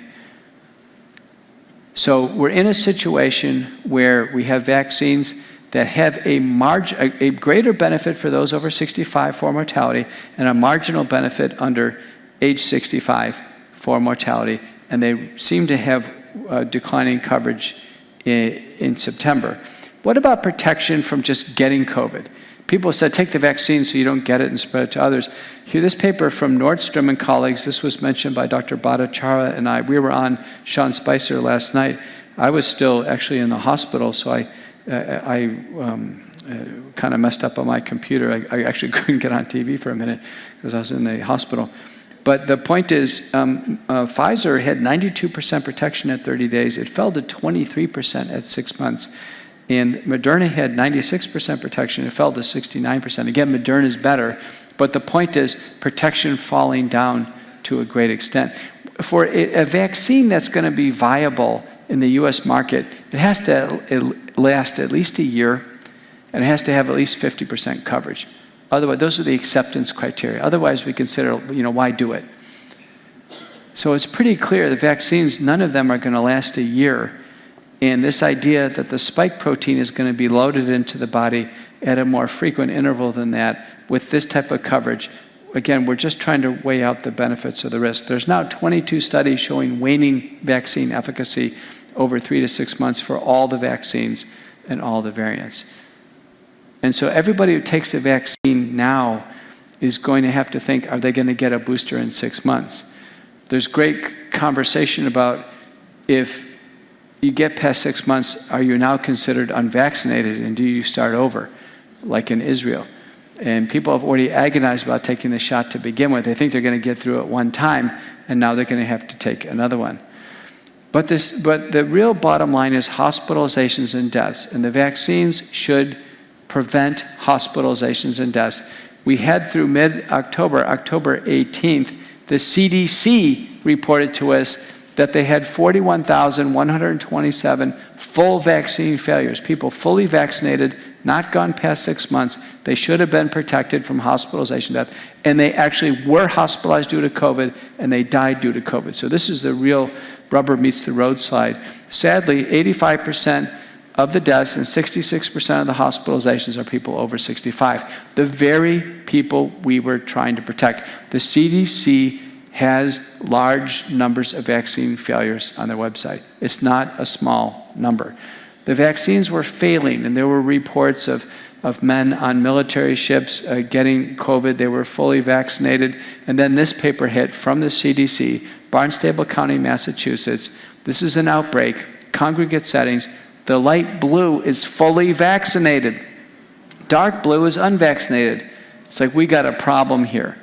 We have more people who are vaccinated getting sick with COVID in congregate settings. There's a lot of young kids at these party places in Massachusetts. This is with the Delta variant. So we learned by this paper, July 30th, that the Delta variant was getting past the vaccines. And our CDC director came on TV and said, wait a minute, with Delta, the vaccines are not going to stop transmission. So when we learned the vaccines weren't going to stop transmission, people said, wait a minute, I thought we were taking vaccines to protect each other, and things started to go south in the summertime. These two papers hit. This is on the left is Havers from the CDC network. On the right is from the VA. And we had data published through June that 23% of Americans hospitalized with COVID-19 had been vaccinated. So we knew the hospital administrators had to be wrong when they said it was a crisis of the unvaccinated. Vaccinated people in these publications, which are really the benchmark, not a hospital administrator's estimate, were vaccinated. We have these data now from CMS, Center for Medicare Services, Project SALUS, through the first week in August, that 60% of people hospitalized over 65 are vaccinated. Israel, it's 90% of people in the hospital and dying of COVID are vaccinated. The UK, it's over 80%.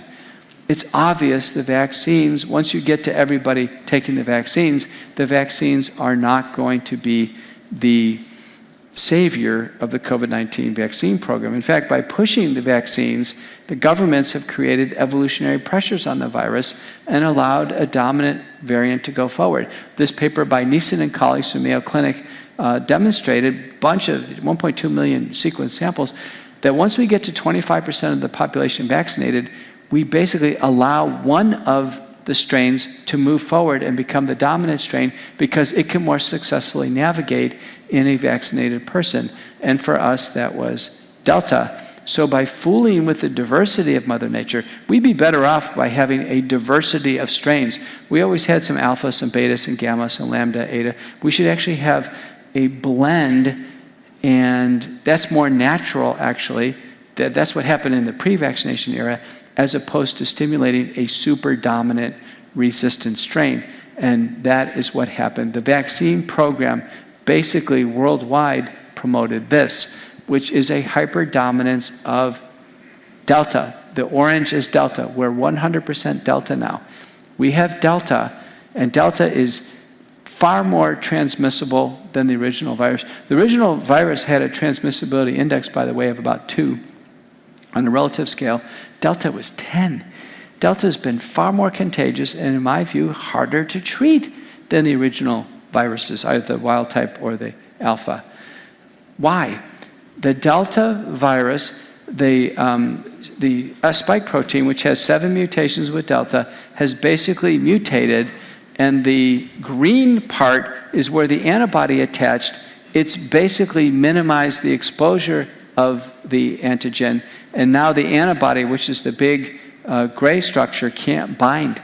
And so it's called antigenic escape. This paper by Venkatrakrishnan showed that.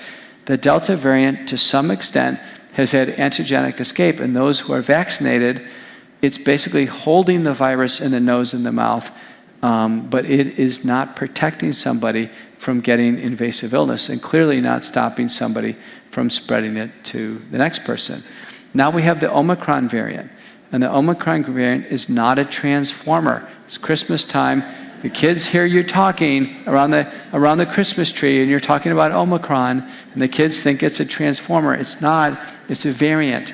And Omicron was described on the border of Botswana in fully vaccinated individuals who are asymptomatic, and it is far and away the most mutated of all the viral strains. This paper, again, by Venkatrakrishnan, this company, Inference in Boston, is absolutely terrific. I think they're outgunning the CDC big time in terms of doing the sequencing. You can see they have all the different strains arrayed here. Omicron has 26 unique spike protein mutations, overall 30 in the spike protein, 10 in the receptor binding domain. It has 3 insertions, 1 deletion. This is very, very unusual. It's highly mutated. I was called on the news the first time this came out. I said, gosh, I looked at this. This looked like an evolutionary freak. It looked like something, it was a mistake of some sort. And the transmissibility index came off of modeling this, not more transmissible than Delta, but less. The transmissibility index came in at 4.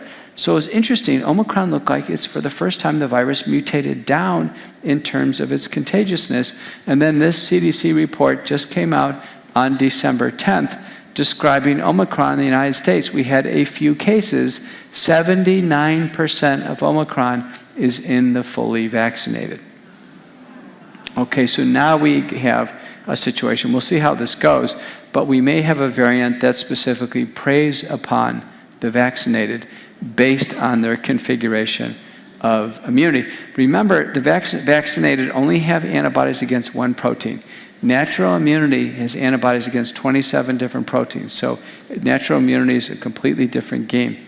Now back to Delta. We had this paper with Delta that came from the UK with very careful case contact tracing done. But this paper basically demonstrated that 39% of transmission is occurring from fully vaccinated to fully vaccinated. This is the paper that says, listen, we can't have a work policy where everybody has to take the vaccine and have that do anything, because people are going to show up to work fully vaccinated and then just pass it to each other. Just like on their vaccine passports. They're going to get on the vaccine passport subway and just pass it to each other because that's what's going to happen. The vaccines are not going to stop transmission. There are now 9 papers demonstrating this. 9 papers demonstrating this. Why? This paper by Acharian and colleagues, University of California, Davis, shows, you can see it, there's no difference between the vaccinated and unvaccinated in terms of the cycle threshold or the degree of viral load in the nose and mouth in these different groups. Those cycle thresholds are low. That means the viral load is high in the vaccinated and unvaccinated, sometimes about 1,000-fold higher than the pre-vaccinated era. So nowadays with Delta, people are loaded.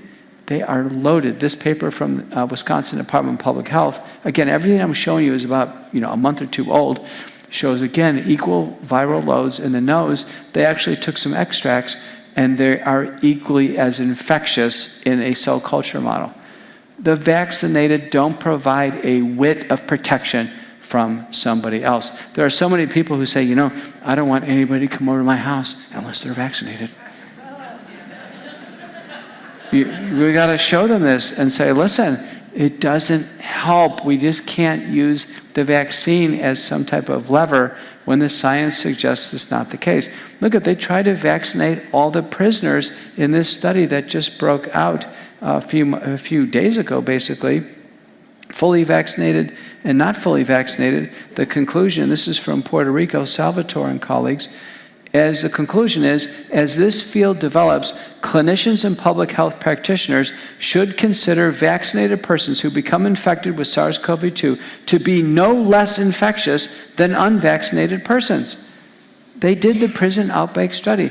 Vaccinated people are of no protection to anybody else. If someone wants to take the vaccine, fine, to protect themselves. But this idea that you're going to take a vaccine to protect somebody else is a fallacy. And the science shows it's a fallacy. And that's what the young kids have been told. Take the vaccine, protect somebody else. Be patriotic. We can't find a single shred of scientific evidence that take it for somebody else actually has any merit whatsoever. And it doesn't matter. We have 220 million people who have taken the vaccines. We are more than well enough vaccinated in the United States.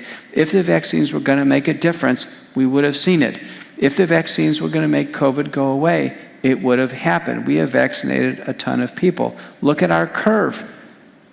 We've vaccinated people up, and that Delta curve just went right up like the vaccines did nothing.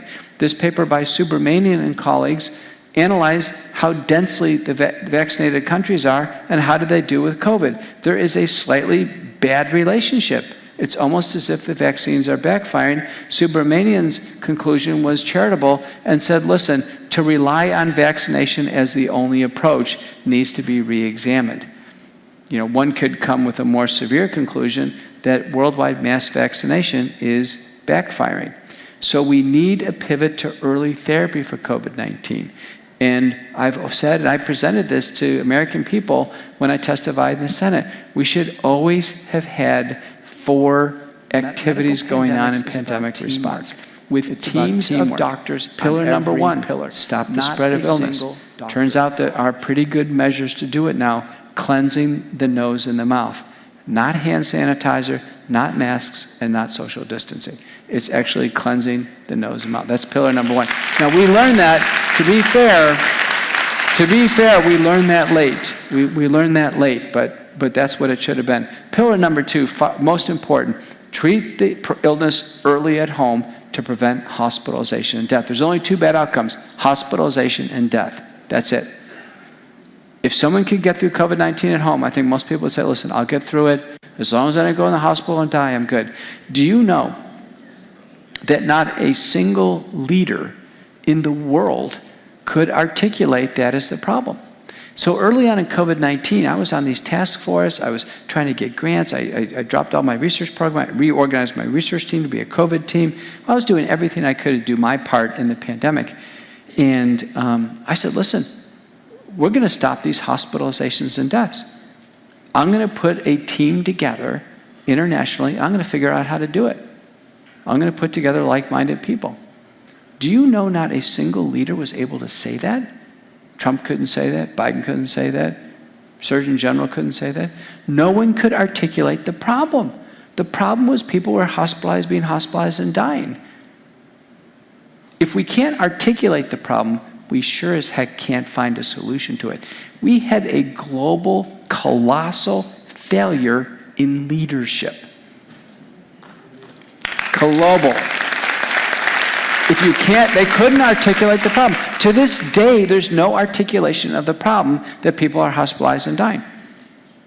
There's focus over here, focus over there, but they're not focused. The focus is on the sick people right in front of us. We should have always had a team working on improvements in hospital care with monthly updates on everything. And then lastly, work on the vaccine. But the vaccine should have been about a 4-pronged process. I wasn't against the vaccines. I was telling people if there was a vaccine for seniors, nursing home workers, fine. We never had any hospital outbreaks. We never had any school outbreaks. We never had any outbreaks like this. We only needed to vaccinate the most vulnerable parts of our population that would have kept the risk down. These are called the 4 pillars of pandemic response. I taught Americans about this at the Senate testimony. I taught our government officials. I published it. I did everything I could. Nobody listened. Nobody got on the second pillar. And now here we are, whether you're vaccinated or not, we should treat patients who are at high risk. These were the 2 seminal papers, one in the American Journal of Medicine, one in Reviews in Cardiovascular Medicine, 2020. I led both teams. These were the first papers that basically taught doctors how to treat COVID-19 at home to prevent hospitalization and death. And when I got interviewed by Tucker Carlson, I said, Tucker, I'm just a regular doctor. I mean, I'm just not, there could have been anybody who did this. But we're 2 years into this. There's no Harvard protocol on how to treat COVID-19. There's no Mayo Clinic protocol. There's no UCLA protocol or USC. What? I mean, the academic bravado that we're doing the Harvard protocol, we're doing in Cleveland Clinic. There are all these hospitals that say #1 hospital in the United States. Have you ever seen those billboards? Where's the billboard that says they're #1 in COVID care? Nothing. Nothing. Suddenly, all the pride of healthcare, all the bravado of academic institutions gone. Suddenly, in COVID-19, Mayo Clinic couldn't treat a single patient and prevent hospitalization and death. With all the brilliance of Mayo Clinic, or UCLA, or University of Washington in Seattle, come on, I trained there too. They couldn't take care of a single patient. They were out of ammo. They had no ideas. Or something else was going on. You can't make this up. You can't make this up. Now, in these two papers, what we said is we're taking the precautionary principle. This is a mass casualty event. We are not going to wait for large randomized trials. And we're certainly not going to wait for guidelines that are going to take years after that. A randomized trial can take 2 to 4 years to get done. We are just now seeing the Merck and the Pfizer randomized trials getting done. It's taken 2 years, too long. People are dying. We're going to find drugs that have a signal of benefit, they look promising, and acceptable safety, put them into drug combinations, and go. Okay? And that's what we're going to do. That was the decision. I worked with the Italians on this. I led both teams. I was the first person to put this together for the world. And you know what? If it is some bravado, and I so for 2 years have outdone Harvard and Mayo Clinic, what have you, too bad. And listen, I'm being hard on Mayo Clinic. I gave grand rounds at Mayo Clinic about 5 years ago. I was the endowed lecturer at Harvard 2 years ago. I know these people. They're my friends. They're my friends. Something is gone wrong in their minds. They now have absolutely zero intellectual capabilities, zero courage, and zero compassion to do anything about COVID-19. We learned early that the virus has a viral proliferation phase early, and the virus proliferates out of control early on, and then it winds down, but over about 14 days. Someone's contagious for about 14 days with COVID-19. There's the characteristic signs and symptoms and the tests that we can do. It trips off cytokine injury, which is a form of inflammation, which is an out-of-control inflammation, actually led by interleukin-6, which is unusual form of inflammation, precipitating the cough. And then there's thrombosis. There's actually micro blood clots that form in the lungs and all over the body. And when the oxygen saturation goes down, that's blood clots. That's blood clotting in the human body. We've never seen an infectious disease that causes blood clotting like COVID-19. And it's not a surprise that the vaccines cause blood clotting because the spike protein is thrombogenic. The Italians did some courageous autopsy studies, and they actually found blood clots in every single case. When someone dies, the lungs are filled with blood clots.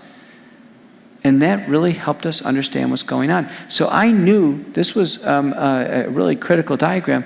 We knew early on a single drug doesn't cover all this. Hydroxychloroquine had no chance as a single drug. Neither did ivermectin, neither did anything else. It was going to be drugs in combination. And you know what? We use combination drugs for HIV, hepatitis C, staph infections, anyway. And then look at the x-axis. It's a 30-day illness. 30 days for most people, or longer. And look at mortality. We've got about 2 weeks before mortality starts to go up. So in many ways, this was lucky because we have 2 weeks to get organized and get symptoms treated early. We can do this at home. The vast majority of people are at home for about 2 weeks. We can treat this at home. That's what this curve says. We don't have to wait for the hospital. We can treat them at home. But we're going to need to use drugs in combination. In fact, we probably need to sequence the drugs for the right timing of things. So this is very important. This is the complicated pathophysiology of COVID-19. Well, what do? Up at the top, we can use intracellular anti-infectives and antiviral antibodies. In the middle, we can use corticosteroids and immunomodulators. And lastly, we can use antiplatelet drugs and antithrombotics.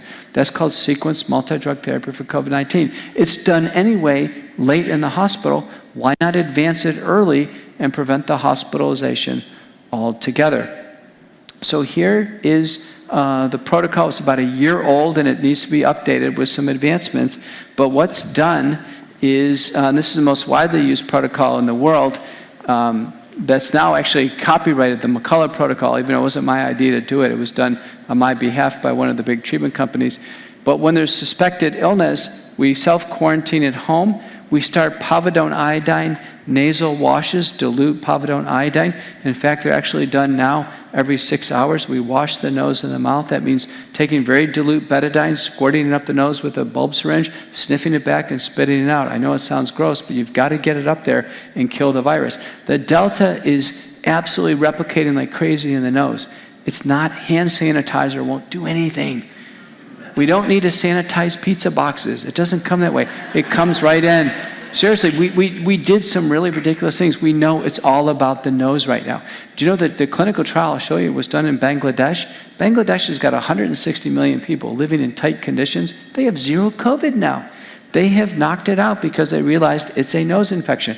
When I had COVID early last year, it literally baked in my nose for about 3 days, and I did nothing about it, as I would with any other cold. That was so stupid. I could have been zapping it with a betadine, and I didn't, and then it went into my lungs. If you want COVID-19 to invade your body, do nothing about this. If you want to knock it down now, you can knock it down now early. In fact, you can do it in terms of prevention when you're out in congregate settings. We get fresh air. People should be outside as much as they can with COVID-19. No masks, contagion control, age under 50. All we recommend is a nutraceutical bundle. Zinc, vitamin D, vitamin C, quercetin. I would add another over-the-counter drug now called famotidine or Pepcid, 80 milligrams, because that reduces viral replication. Finish quarantine and we're good. You know, you don't need to get a test to go back to work. At my employer, we didn't need a test. Just go through 10 days, the last 2 days without symptoms, and you're good. Now, age over 50 or medical problems, or younger and have severe symptoms, the next thing in line is get a monoclonal antibody infusion. That's the gray box. This one lifts carasivimab and indivimab. That's the Regeneron product. Now we've got a Lilly product, and we've got a GSK product, which is really good. I'll show that one to you. Everybody here who's still susceptible to COVID should know where your monoclonal antibody program is. You should know, don't wait and scramble. We're 2 years into this, and I'm still getting panic phone calls. I got COVID. What do I do? It's like, come on, it's 2 years. Did you do any planning? did you do, this isn't a surprise. I mean, this has been 2 years. Have a piece of paper. Monoclonal antibodies are at this urgent care center. Here's the hours of operation.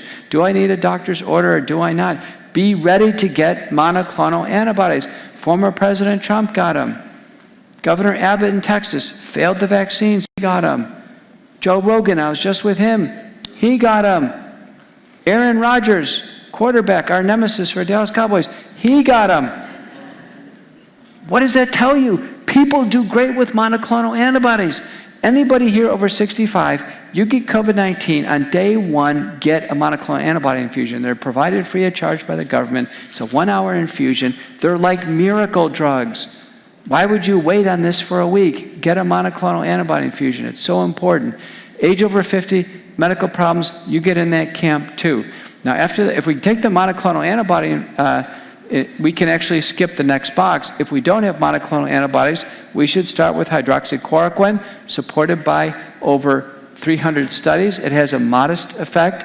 Ivermectin, supported by over 60 studies, has a slightly greater effect than hydroxychloroquine. Or outside the United States, favipiravir, which we don't have here, we add azithromycin or doxycycline to cover mycoplasma or chlamydial infections and bacterial overgrowth. They're slightly assistive.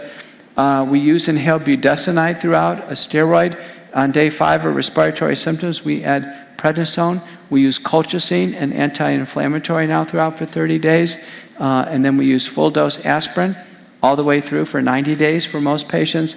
And then high-risk patients, seniors in nursing homes, obese, immobile, we use Lovenox injections for blood thinners or oral anticoagulants like Eliquis or Xarelto, Perdexa. So it takes about 4 to 6 drugs to get somebody with COVID-19. The only people getting hospitalized with COVID-19 are those who get no treatment. Now, treatment is so important because if the average person is contagious for 14 days, if we do this, we shorten that to about 4 days. Joe Rogan was over it in 3 days. Aaron Rodgers, about 4 days. I had early treatment about 6 days, a little bit late. Can you imagine not treating people and having everybody have 14 days where they can spread it? No wonder the United States has the most number of cases in the world and the most deaths. Because we weren't treating it early. Early treatment is what, do you know to this day the National Institutes of Health says don't treat it early?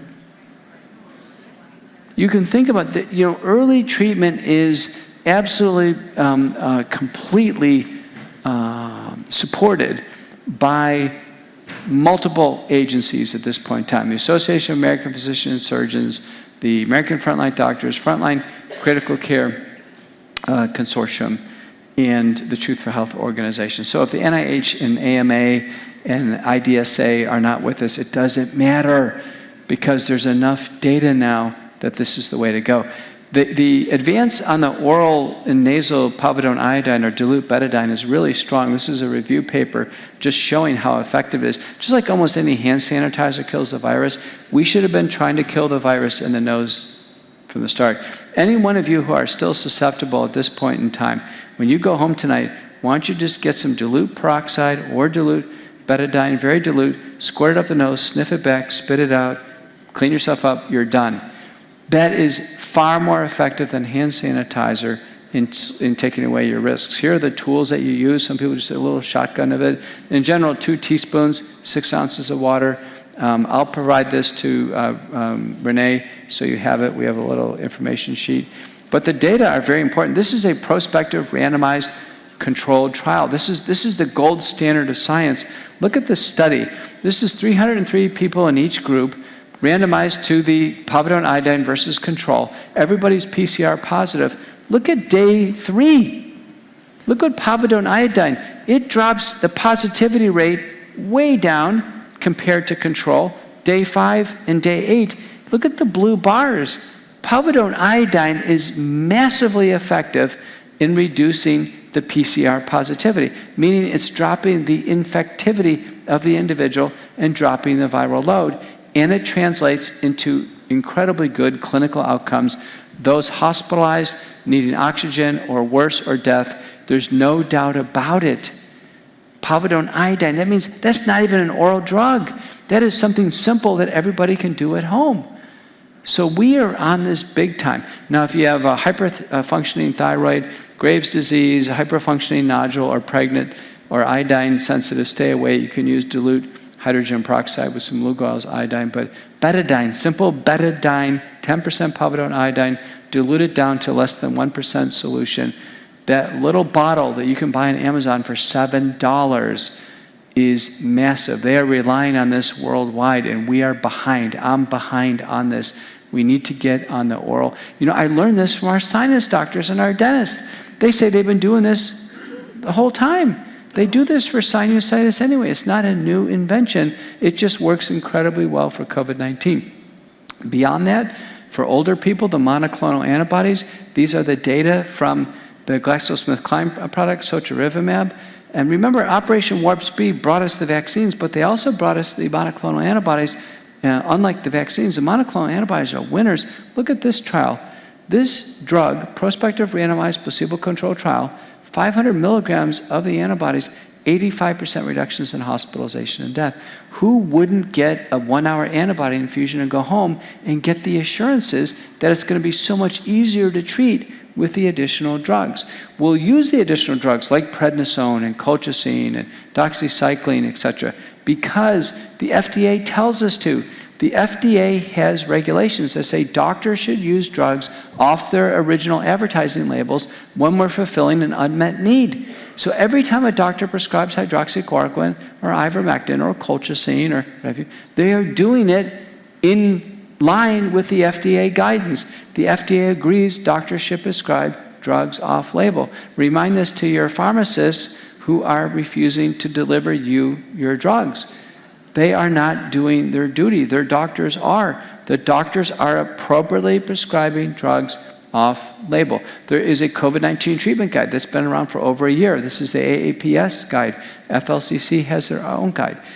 Different groups worked innovating and came up with similar solutions. That should give you reassurances that we were on the right track. We treat the viral infection. That's how we handle the crisis. The vaccines are not going to close it out for us. Early treatment. Well, this is Eric Grimaldi. He leads the treatment domiciliary group in Italy. In some countries, some cities in Italy, they've gotten to 0 hospitalizations because they're still having plenty of COVID, but they're treating early and they make a celebration. We should be celebrating America's doctors who are doing this. This is a victory. Does it really work? This is one of the early papers by Proctor in a study group, including myself. About a 75% reduction in death compared to the Tri-County age-adjusted comparator group, and an 87% reduction in hospitalization compared to anticipated hospitalization rates with the Cleveland Clinic calculator. A study by Zelenko in Monroe, New York, same thing. Study by Didier Rialt in Marseille, France, same thing. So different groups working separately found the same thing. These are early protocols. This doesn't include povidone iodine. This doesn't include the monoclonal antibodies. I'm telling you, treatment is so good now, virtually no one should be in the hospital with COVID-19. I'm at a big academic medical center in Dallas, Texas. I checked the other day. We had a handful of people in the hospital.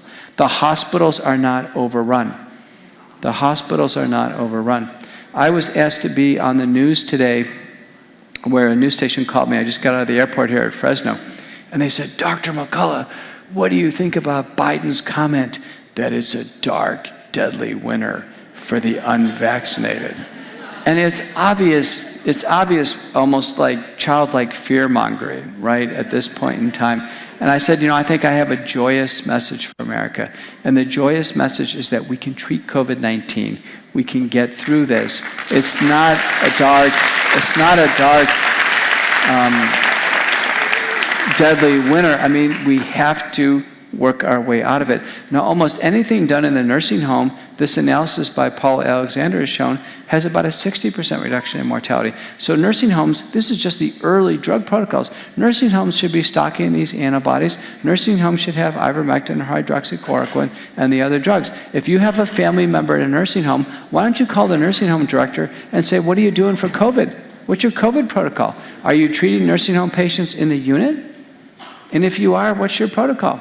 And if you don't, why don't you get a protocol and get it in place? Let's not punt our seniors back to the hospital for COVID-19 when it can be treated right in the nursing home. Remember, our seniors all took the vaccines early. Now they're uncovered. So if you have a loved one in a nursing home, make a phone call and make sure they're ready to go on the drugs. They should be treated in the nursing home centers, and they can snuff it out early before it spreads like wildfire. Now, the goal of all this is to get to natural immunity, that is to recover from COVID-19 and get through it. How many of you have natural immunity? Oh my Lord, so, easily 60%. So it's there, it's over. It's over, right? It's over with. There's now 128 studies supporting natural immunity. It's one and done. It's robust, complete, and durable. The only thing that happens is people get faked out on false positive testing. Once you've gotten through COVID-19, don't get any more tests, and you're done. The CDC told us in October, these data are in arrears, that 146 million Americans have already had COVID-19. That real estimate by now is probably closer to 200 million people, like in this room, have already had COVID-19. It's one and done. And finally, our CDC admits this. They don't have a single case of natural immunity that's failed. Not a case. I told you they had 41,000 cases where the vaccine failed and people were hospitalized and died. The CDC is a vaccine stakeholder. They want everybody in the country to be vaccinated. If it was possible to get COVID-19 a second time, they would be collecting these cases and they'd be fronting these cases to the American public as a rationale to take a vaccine. They don't have a case. They don't have a single case. It's one and done. So I'm telling you, you cannot get COVID-19 a second time. Don't listen to this false narrative that people get COVID-19 over and over again. This false narrative that you got COVID, you could get it again. Take a vaccine. I took a vaccine. Oh, you could get COVID again. Take another vaccine. I did. Oh, you can COVID, take it. You'll never get out of it. If we don't accept natural immunity as the closure of this crisis, this never stops. Okay, it's very important. So demand it. Natural immunity is the end of COVID-19, and she's got the right idea. This is a congresswoman that's proposing national legislation. Natural immunity means no masks. That means no lockdowns for our seniors. Do you know there's people in the nursing home that have recovered from COVID-19? They're treated like they can get it again. So every time a new case comes up, they're locked down. There's some seniors that have spent 6 months in solitary confinement unnecessarily. Do you know there are people who can't visit their family members in the hospital even though they've recovered? Really? You can't see, and you can't get it? Do you know there are COVID-recovered people in the hospital? They're still wearing hazmat suits like they can get it over again? You can't. So, recognizing natural immunity is this incredibly important breakthrough. I personally have natural immunity. I have my little bracelet that says natural immunity on it. And I want to get them for all of you. But I have come face to face with Delta. No mask, nothing. Just cough in my face. You can't get it a second time. You can't get it a second time. I'm telling you right now, I am supremely confident you can't. No matter if your antibodies run out, what have you, antibodies are going to be unmeasurable in everybody. The body has a robust, permanent natural immunity. Just like with SARS-CoV-1, SARS-CoV-2 is 90% the same. The original SARS virus, people are immune basically forever. Just like with this, you're over. And we're really fortunate that's the case. Natural immunity, do not worry about things ever again. The risks of taking a vaccine if you're naturally immune are high. There's 3 studies chronicled here, 3 more. People who are naturally immune, don't forget, they're still clearing out the spike protein. To get juiced with the spike protein again is causing harm and landing people in the hospital or severe reactions. Now, why are you here? Everyone here on a Friday night, you could be watching a James Bond movie or getting ready for college football, things like this. It's because your freedom's at risk. Somehow, in some distorted way, our freedom has been linked to now taking a vaccine. The vaccines went from a year ago being voluntary and brand new and celebrated and welcomed to now becoming a menace. Nobody wants these vaccines. They're kind of looming over the entire world. Awful things are happening. The circle of medical freedom is being broken. Medical freedom means you get to decide what happens to your body. Amen. Right? That's it. I mean, that's it. That's the principle of autonomy. The principle of autonomy, that you get to decide that when we get to the point where something is injected in our body against our will, that is analogous to being walked into a gas chamber against your will. There's no difference. There is no difference. That circle is a circle that is unbreakable. And don't break it yourself. Do you know how many people I've talked to said, oh, I took the shot, I wanted to travel. I took the shot because, I wanted to do ballet, and just on and on and on. Don't break the circle of medical freedom. There's a principle there. It's called the principle of autonomy. We have, in vaccines are all research, so we have a principle called the Nuremberg Code, which says no one under any circumstances should receive any pressure, coercion, or threat of reprisal. That was another time Joe Rogan's eyes got this big, and I hung on that word. That's the reason why the interview I do with Rogan is like the most listened to interview he's ever done in his career. Kind of blew away Elon Musk today. The bottom line is, because it matters, that medical principle of autonomy matters. It's unbreakable. And as a doctor, I never told a person to take the vaccine. I can't. I would be violating the Nuremberg Code. If I apply pressure on a patient, I am pressuring them into research. Think about that, pressuring them into research. If I had a research drug, and I said, you need to be in my research study, I would be sanctioned by the FDA. I'd probably lose my investigator status. No way. I was neutral, weighing out the risks and benefits. Do you know there's doctors that tell the patients they have to take the vaccine? And do you know there are patients that don't push back? That's the problem. Patients ought to push back and say, you know what the Nuremberg Code is? Are you trying to pressure me into research, doctor? I've heard of doctors saying, listen, if you don't take the vaccine, I'm not going to deliver your baby. Yeah, patients need to push back. Those doctors are violating a fundamental code of bioethics. Very important. Push back. There's a lot more of you. Listen, we got 330 million Americans. We got 1 million doctors. Who's going to win that one? The bottom line is you got to push back and get the doctors back into line. Okay, this is very, very important. You know the American College of Obstetrics and Gynecology says that pregnant women should take the vaccine? Okay, over the line. People ought to be writing that college and saying you're absolutely violating a code of bioethics. I personally never would do that. No good doctor would. And I want more good doctors to stand with me and get off of their line of ethical and moral infraction. It's a line of infraction. Now, there is public and private outrage over ineffective and unsafe forced vaccination. If the vaccines were elective, okay. Or if the vaccines weren't here, people would probably be happier. But this idea, that's the reason why there's so many lawsuits. That's the reason why people are walking off the job. People know. And this idea that it's not a one-time thing and that it's going to be basically boosters is a commitment to something that people don't want. We know this is a free democratic society. What we don't want, period.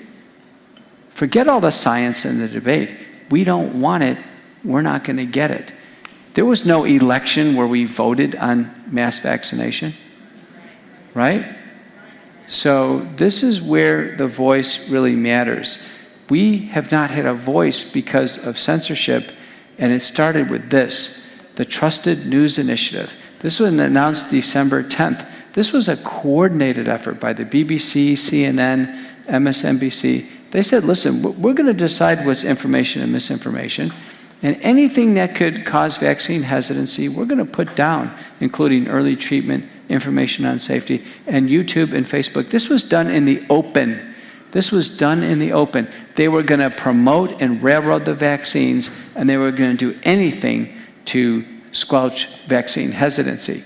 Well, let me tell you what, there's no bigger source of vaccine hesitancy than start seeing your family members die of the vaccine. People are as hesitant as you can imagine for these vaccines. And this censorship has actually, if anything, made it worse. Now, Ron Johnson's a real American hero. He has been on this from the beginning, that YouTube and Twitter and Facebook ought to be a free exchange of information, just like the National Library of Medicine, the New England Journal of Medicine, free exchange. We cannot start putting filters on things when it's a topic of public health importance. There's nothing more important. That's usually why you're spending a Friday night here. This is of public health importance. This is why I take my time to fly out here and talk to you. It's important to all of us. It's crushing the lifeblood of medical science to have censorship. Do you know right now that vaccine papers that are positive in promoting the vaccines are wild through the literature, and anything on early treatment or vaccine safety is being censored and squashed, even in the medical literature? We can't get a paper out on vaccine safety.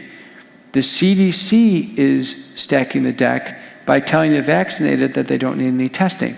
So the vaccinated not getting testing is making the cases look low for the vaccinated compared to the unvaccinated. We're not treating them equally, and it's creating bogus analyses like this. The CDC says that someone's 5 times more likely to have a positive test. Well, yeah, that's because the vaccinated are basically not taking the test because they're not doing it to them in the hospitals.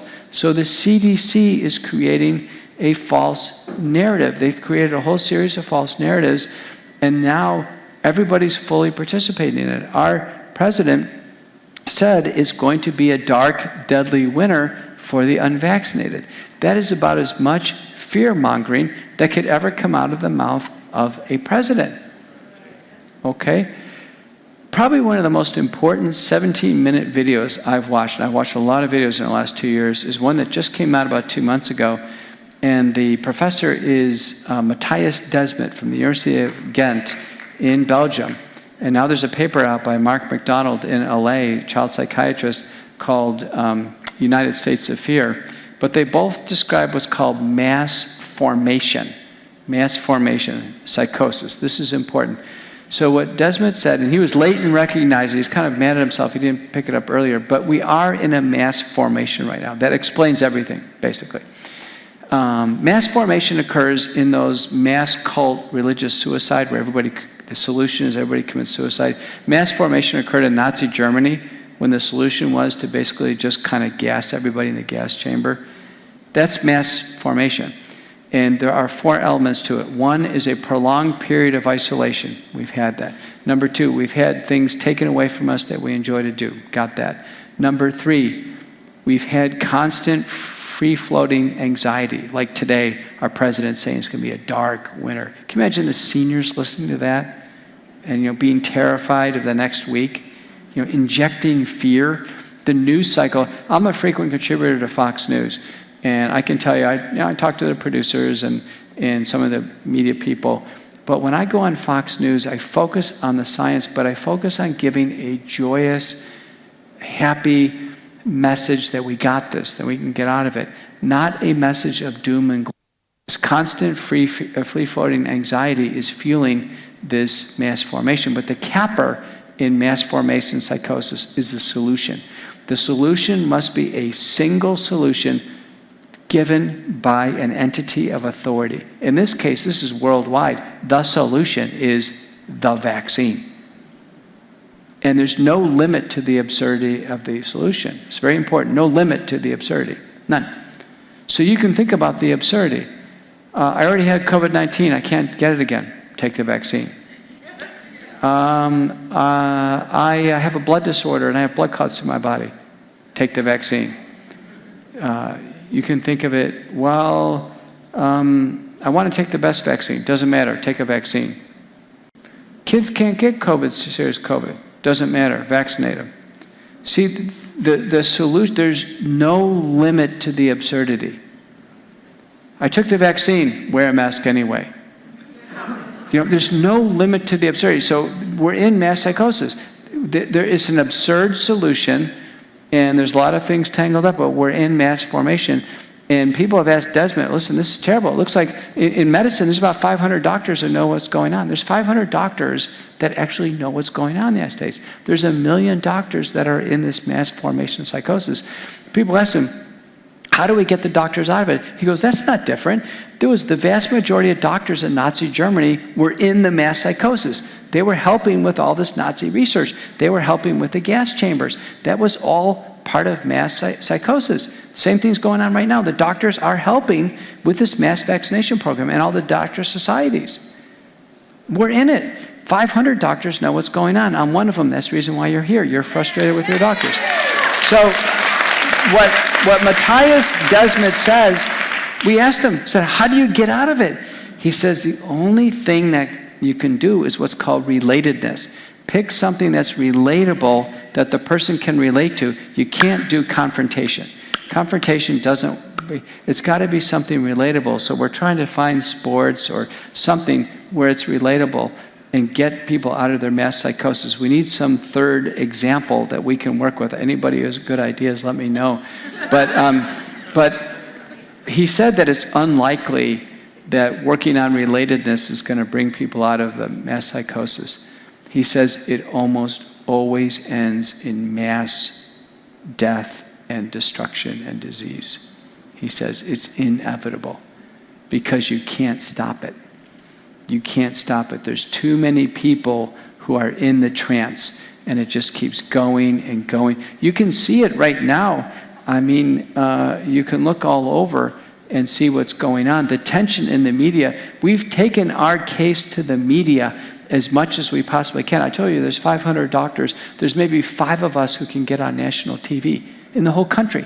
So you'll see our CDC and FDA official, and then you'll see me, or Jay Bhattacharya, or Harvey Risch, or Steve Smith, or Scott Atlas. That's kind of, it's a small team, but we provide the counterbalance to some type of narrative that's coming out that's part of the mass psychosis. He helped a lot. He's a really good guy. I told you, he's a little bit shorter than me. He's a good guy. It's obvious I need to work out a lot more. But he helped a lot because he has a big audience. And everything I told Joe Rogan is largely what I told you tonight. Is no different than what I told Tucker Carlson 6 months ago. The difference is the audience. Tucker Carlson's audience, unfortunately, is maybe 2 to 10 million. You know, we think with Rogan, this may have rolled 200 million people. The only thing bigger was Daystar. A lot of people don't know this. I didn't have the heart to tell Rogan this, but Daystar, I did 3 sets with them the first time around, and the total number of people who saw that with reruns was 1.7 billion worldwide. That's the largest Christian network. Now, sadly, Marcus Lamb there passed away of COVID-19, and he's a wonderful man. He was in his 60s. I was aware of what's going on. He presented with severe symptoms. He had every resource made available to him, all the early treatments. Everything was done possible. He had terrible diabetes and hyperglycemia. He was hospitalized, but he wanted to die his way, and he was not going to die in the mechanical ventilator, and he didn't take it. And so people have criticized him, oh, anti-vaxxer doesn't take vaccine and dies of COVID. Listen, people make their choices. For those 19,000 who took the vaccine and died, they made their choice. No one's blaming them for being vaxxers and dying of the vaccine. People make their choices. It's a terrible, terrible disease and illness we're dealing with. I went on with Ben Marble, who started myfreedoctor.com, which is the free service across the United States, and we hit another 1.7 billion people. What we're trying to do is we're trying to stop things before it gets to this. This is Melbourne, Australia, a few weeks ago. Melbourne's like San Diego. Australia is a huge, it's like California, it's beautiful.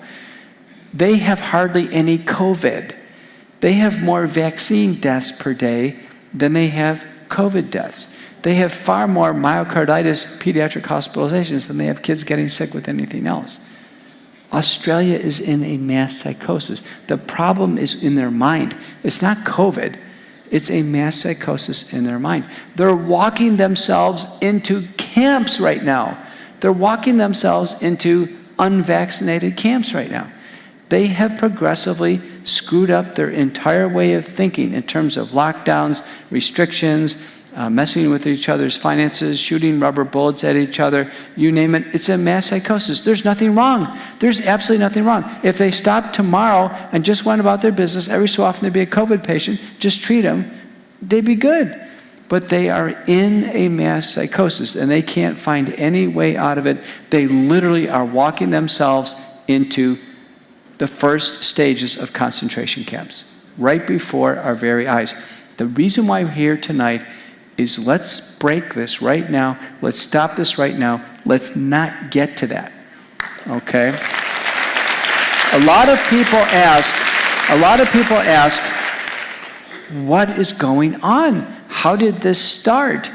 There are now a series of books. This is probably one of the better ones. I wrote the introduction for it. It's called COVID-19, The Global Predators, We Are the Prey. I think it's like $3 on Kindle, $15 for the paper copies. Well worth it. This has 1,000 references in it. So if you want to see how the Chinese lab was negotiating with our NIH and the academic universities to make the spike protein, it's there. If you want to see how Moderna had gotten the patent on how to make the vaccine to the virus before the virus ever got out of the lab, you'll find it there. You'll get an idea of the planned nature of this. This was planned. What's going on was planned in many ways. And this book, the book by Pam Popper, Diane Andrews, Scott Atlas has a book out about what was going on in the White House, the plan to suppress hydroxychloroquine and the drugs in order to promote fear, suffering, hospitalization, and death. It was a plan.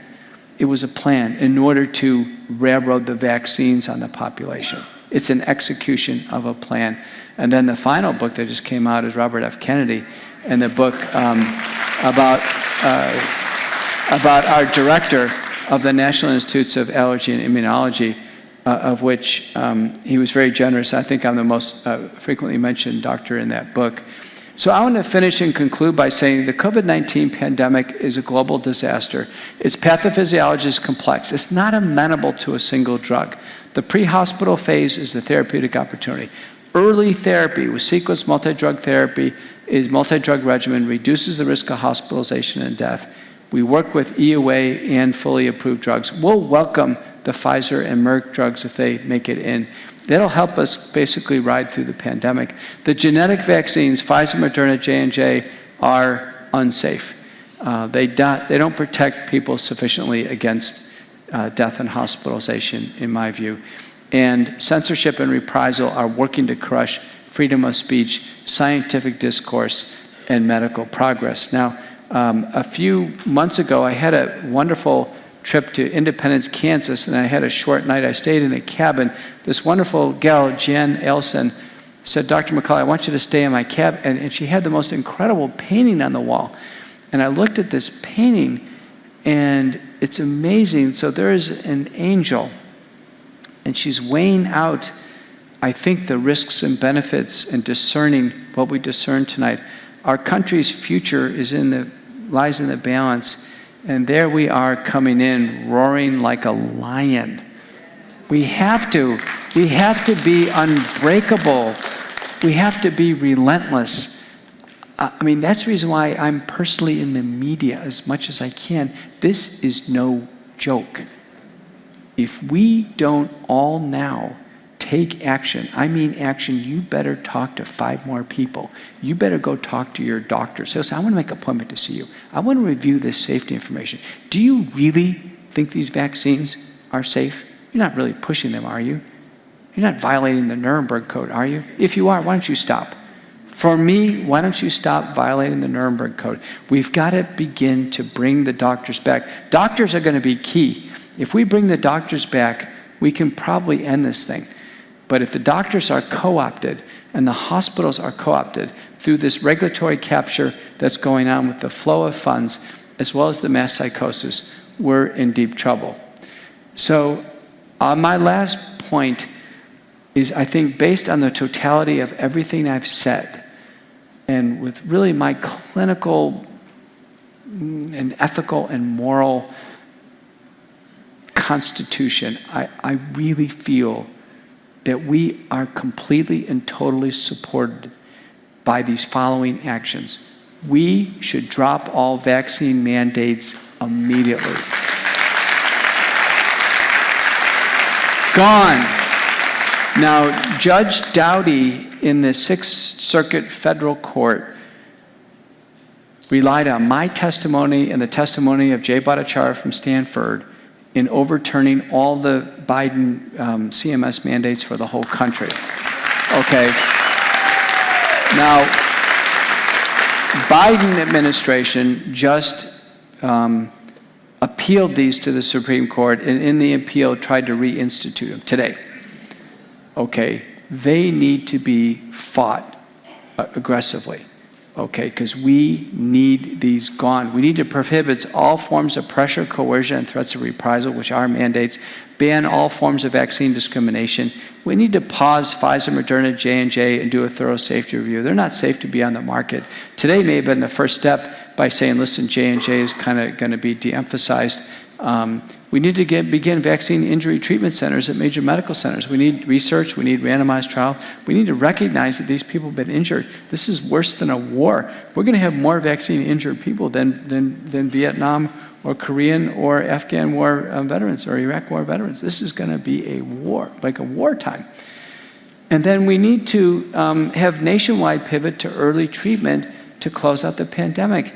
Pharmacists blocking drugs that people need is not acceptable. Mayo Clinic not getting off the dime and not treating their patients. We need to all begin kicking people really, really hard to bring this to a close. This is a QR code that's linked to like a GoFundMe account that helps somewhat in my current expenses, my legal and travel and other expenses as an academic doctor. So that would, and your generosity certainly be very much appreciated. So I'll stop here, and thank you so much for your attention.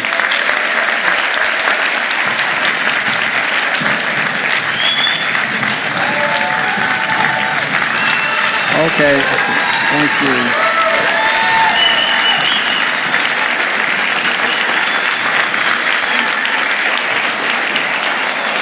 You want me to close it down? We'll do about 10 minutes of questions.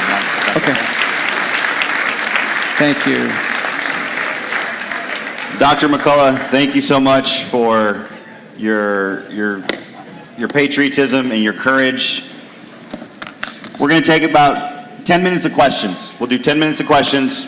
We've received questions from the QR code, and a lot of them were answered, so we're going to kind of do rapid fire, Dr. McCullough. Okay. Number one, do you recommend ivermectin for children as well? You know, ivermectin can be used in children. It's a weight-based dosing, although there are no published studies of ivermectin in children for COVID-19. But the doses go 200, 400, or 600 micrograms. In general, children don't need treatment at the antiviral stage. When I've advised on pediatric cases, it's typically albuterol, budesonide, azithromycin, methylprednisolone, and weight-adjusted aspirin, but not ivermectin. What are your thoughts on the Pfizer antiviral COVID pill? The Pfizer pill is a combination of ritonavir and nalfipravir. These are protease inhibitors. The clinical trial was large. It was several thousand people. The odd thing about the trial is the rate of COVID hospitalization is way less than 1% in both groups. So it's very low event rates. Having said that, there was an 85% reduction in favor of the pill. I think it looks promising. I'd say bring it on, but I wouldn't rely on it alone. It should be used in combination with other drugs. This one comes in. My brother is in the hospital with issues with oxygenation. Thank you. Levels and blood clots. In hospital since Thanksgiving. What could I encourage his health team to do? Is there anything I can do? That's a hard one. I'm going to recommend one thing for these hospitalized cases. I get called every day for these desperate cases, and I would have loved to be called, on day one. A real good resource is American Frontline Nurses. So if you look up American Frontline Nurses, they have a little red and black emblem. They have a 24/7 chat function. And what you do is your loved one's in the hospital and you have some questions. They will actually start to act as a liaison for you. They'll call the nurses in the ICU and they'll start to figure out what's going on.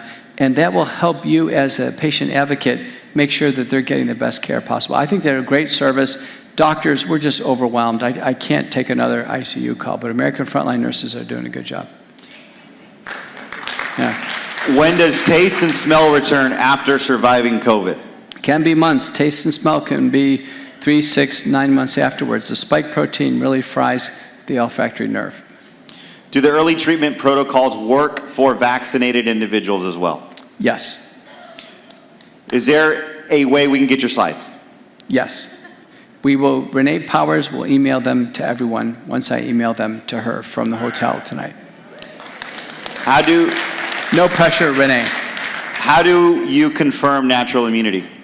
Natural immunity, there's 3 ways to confirm natural immunity. The best way is a well-documented case. If you have COVID-19 and you have a positive PCR antigen test and you had all the signs and symptoms and you had it, that's it. You're naturally immune. No other proof is needed.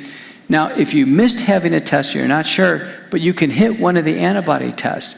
I mean, Roche, Abbott, LabCorp, Quest, Ortho Clinical Diagnostics, then you're immune. Because the bar on those is set so high. The bar is set to like ICU patients.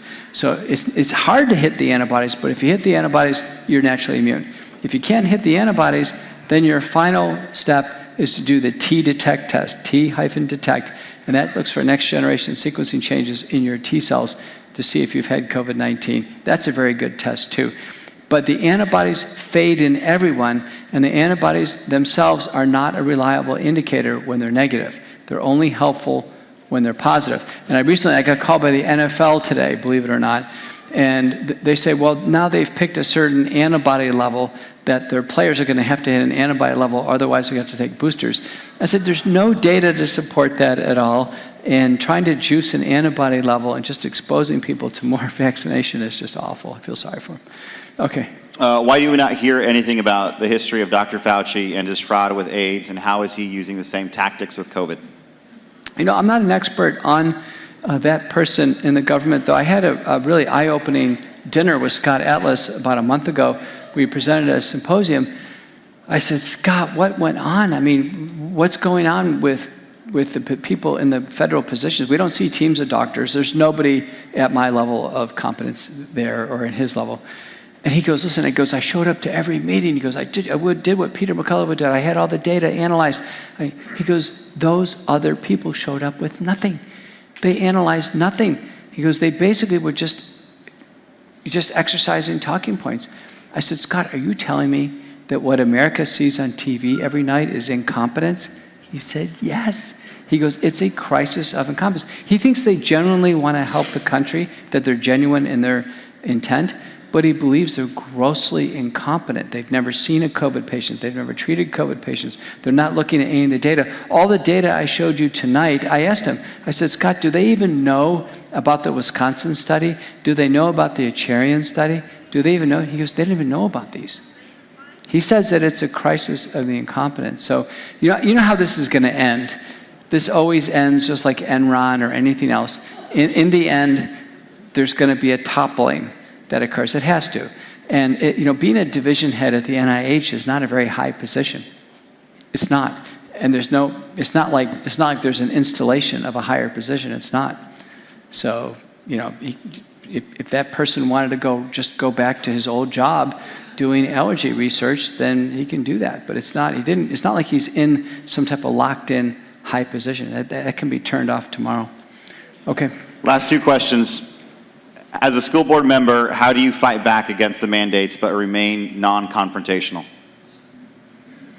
Boy, where's Kevin? That's a really hard one. Fight back against the mandates and not be confrontational. I don't know. I think the idea, I've given you all the approaches. The vaccines are research. We can't mandate somebody to be in research. The vaccines are not sufficiently safe or sufficiently effective to mandate. Okay, so they're research, they don't work well enough, and they're not safe enough to mandate. And so based on those, if someone wants to take it, it has to be elective. So. Last question, what do you think of the Novavax vaccine? I'm favorable to Novavax. Novavax is 5 micrograms of the spike protein only. It looks like it may be able to adjust to handle the other variants. Very sore arm, more sore than Pfizer and Moderna, but no systemic effects. So I'm not anti-vax. I was called last night by the Orthodox Jewish thing. They introduced me as an anti-vax doctor, which it just really infuriated me, because I've taken all the vaccines. I've been to India. I'm not anti-vax. It's just that I can't endorse vaccines that have resulted in 19,000 deaths and 1 million injured people. No reasonable doctor can. Novavax has a bright future. It looks like it's going to have market entry in some other countries right now. I think if we come back to vaccination, it would be nursing home patients only, nursing home workers, and maybe high-risk seniors.